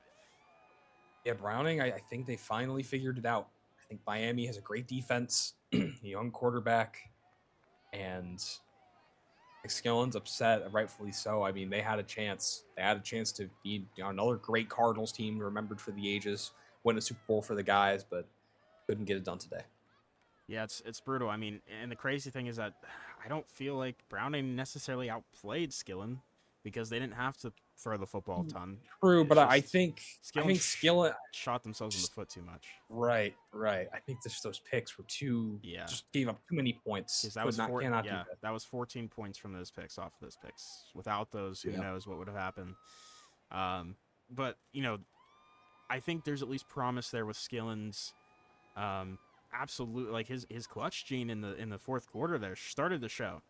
He was starting to light it up, and they were pushing through. It was just, again, the run defense at the start of that drive didn't show up, and then the ballsiness to go past there was what called it. But yeah, Elliott Farr has to be Super Bowl MVP. Torched the defense. And it's insane because usually it's not the run game, but it was here. And Benson was good. Delgado also, had that 35-yard gash for a touchdown and another run to end the game, almost. And the Cardinals just didn't have the run opportunities with being down so early. And also there was some really dumb play calling throughout with the Cardinals. Read options were questionable. There's a couple bad calls, but Clayton Cobb had a nice game. Harrison had a nice game. Like Dolphins, like their guys showed up a little bit, but really weren't super involved. Like Waddle had a nice couple catches, and Vince Boone had a nice revitalizing drive. But yeah, I mean, I think this was just a very unfortunate game where we finally saw. I think this is why Cardinals were risky, because the pass rush got in. Obviously only 1 sack, but the pressure was very apparent. And the Cardinals couldn't keep up offensively, and the run defense obviously just was a huge letdown. And yeah, look at this defensive front too. I mean, you could give the game to them too as the MVP, but yeah, I mean, the 2 picks were brutal. It's tough. It's tough, but a lot of fight in these Cardinals, obviously, with some outstanding fourth quarter plays, with the Nolan fumble in the third, and then the Kyle Hamilton. The onside kick was crazy. That was wild. one of the craziest plays I think I've ever seen in Madden. But yeah, when it came down to it, it was just too little, too late for the offense, and the run defense just never was able to get the full stop there. And Dolphins get their revenge. But I mean, still, in Cardinals making it to the NFC Championship, still a big win for the season in winning that, and then winning Absolutely. this, getting to the Super Especially, Bowl. yeah, not not making the playoffs the last year. I think that was a Right. huge, yeah, just another boost of confidence, being like, oh yeah, this team is actually competitive and more than Absolutely. capable. Absolutely. And I think, it's definitely good to see for them as well, because I think there's a good shot next year. I think there's a very good shot next year with this team. I don't know what look at team salaries real quick. There are some names for sure, and I don't know money wise that they're going to be able to bring these guys back, but there's a couple names that are going to be concerning. Chris Abram Drain, the second corner, Keanu Ben, Trey Benson, Marcus Robinson, Zeke Teague, Cody Simon, and Walter Nolan all possibly leaving, and I don't know if they have cap at all to sign them. So this might not be a good year next year. That might have been their shot. Um, I don't know. It's going to be tough to see, but And maybe you want to see them next week and see the Super Bowl yeah. MVP? I think it's pretty Yeah, clear who it it's is, Mr. Farr. far But and away, Elliott it's Farr. far and away. Because I mean, yeah, the defense played well as a whole for the Dolphins, but yeah, Elliott Farr was top notch. He does win it, Yep. understandable, and yeah, I mean, I guess looking at the weekly awards portion of it, Trey Benson was the offensive award getter, just with his contributions with the touchdown as well, and Charles actually gets it with the 4 tackles, sack, and the fumble recovery. That was big. Um, Yeah. and then Kyler Gordon for the AFC defensive player with that 1 pick and 7 tackles. So, yeah, oh my God, Cardinals are, yeah, I don't know, 20 million under. Yeah, I'm negative That's, 5 million. I have to check my resigns real quick. yeah, Let's really fast. yeah. I think I'll be in here. I think it's gonna be a rough year. Um, Cardinals are gonna lose both running backs. It's gonna be a completely new really? Cardinal team. Yeah, Um, it's gonna be brutal. Fair enough. For the Giants, Walt Sneed, Hufunga, yeah, but we have depth. Holland, I losing some guys, but no, I don't think it's as bad as yours. I think losing some depth pieces. Yeah, Yeah, Hufunga is the big. Hufunga and Holland are the biggest ones, but we drafted 2 depth safeties. I think we'll be perfectly fine at safety. that So is fair. I will say, uh, no, what am I looking at here? Did they sign? They might have signed. No, I think they may have signed someone to a franchise tag oh, actually. what the hell? We have another superstar edge rusher, Eric Shelby. So we have this X Factor who's sitting in depth, and we have the superstar Eric Shelby sitting in depth. I don't just yeah. I think the Randy Peak train running theory is true. I think he just gets all these stud at defensive linemen not to play, but to Yeah, pleasure him. yeah, I think that would be accurate. yeah. I'm very concerned with this team going forward. With I mean, they're going to be losing both their running backs, both their top linebackers, their You best D think they can? tackle, their top number Yeah, 2 I mean, corner. I mean, yeah. What where's do all you this think is money going? gonna? I mean, they're paying so many other people so much money. How is this possible? This is crazy. What about when's Skillins? How many He more years does next Skillins have on year, his deal? next year. So I'm a little worried about that too. They picked up Yeah. his 5th-year option. I think that's where the extra money went down. But yeah, I mean, still a very good year. But I'm a little concerned. I don't know. I don't know where we're gonna be here in Arizona with. I mean, apparently the rookie from running back we picked up is a superstar. So maybe we're fine at running back at least for the future. But I I'm very worried about the defense because I mean Nolan's gonna be gone. The linebackers like we'll have Trevin Wallace and Quan Wiggins, which will be technically fine there, but I mean we're losing 5 of our best players, It's rough. probably. But we do still have a lot of young talent. I think we can recoup, possibly. I think we gotta draft right, and we'll see. But I don't know. we'll check into that next season, and next episode, which this one again ran a little longer, but that's okay. But we It have was some. fun. Yeah, it was very interesting year again. We'll be heading into year 5, with the video for this video coming out probably a few days after this one comes out, but trust we will be back on it. Thank you all for watching. I really appreciate it if you made it this far. Thank you, Voodoo, for joining, of course. Thank you, Cameron, for having me. And hope you all have a great rest of your day. Bye-bye. Take it easy.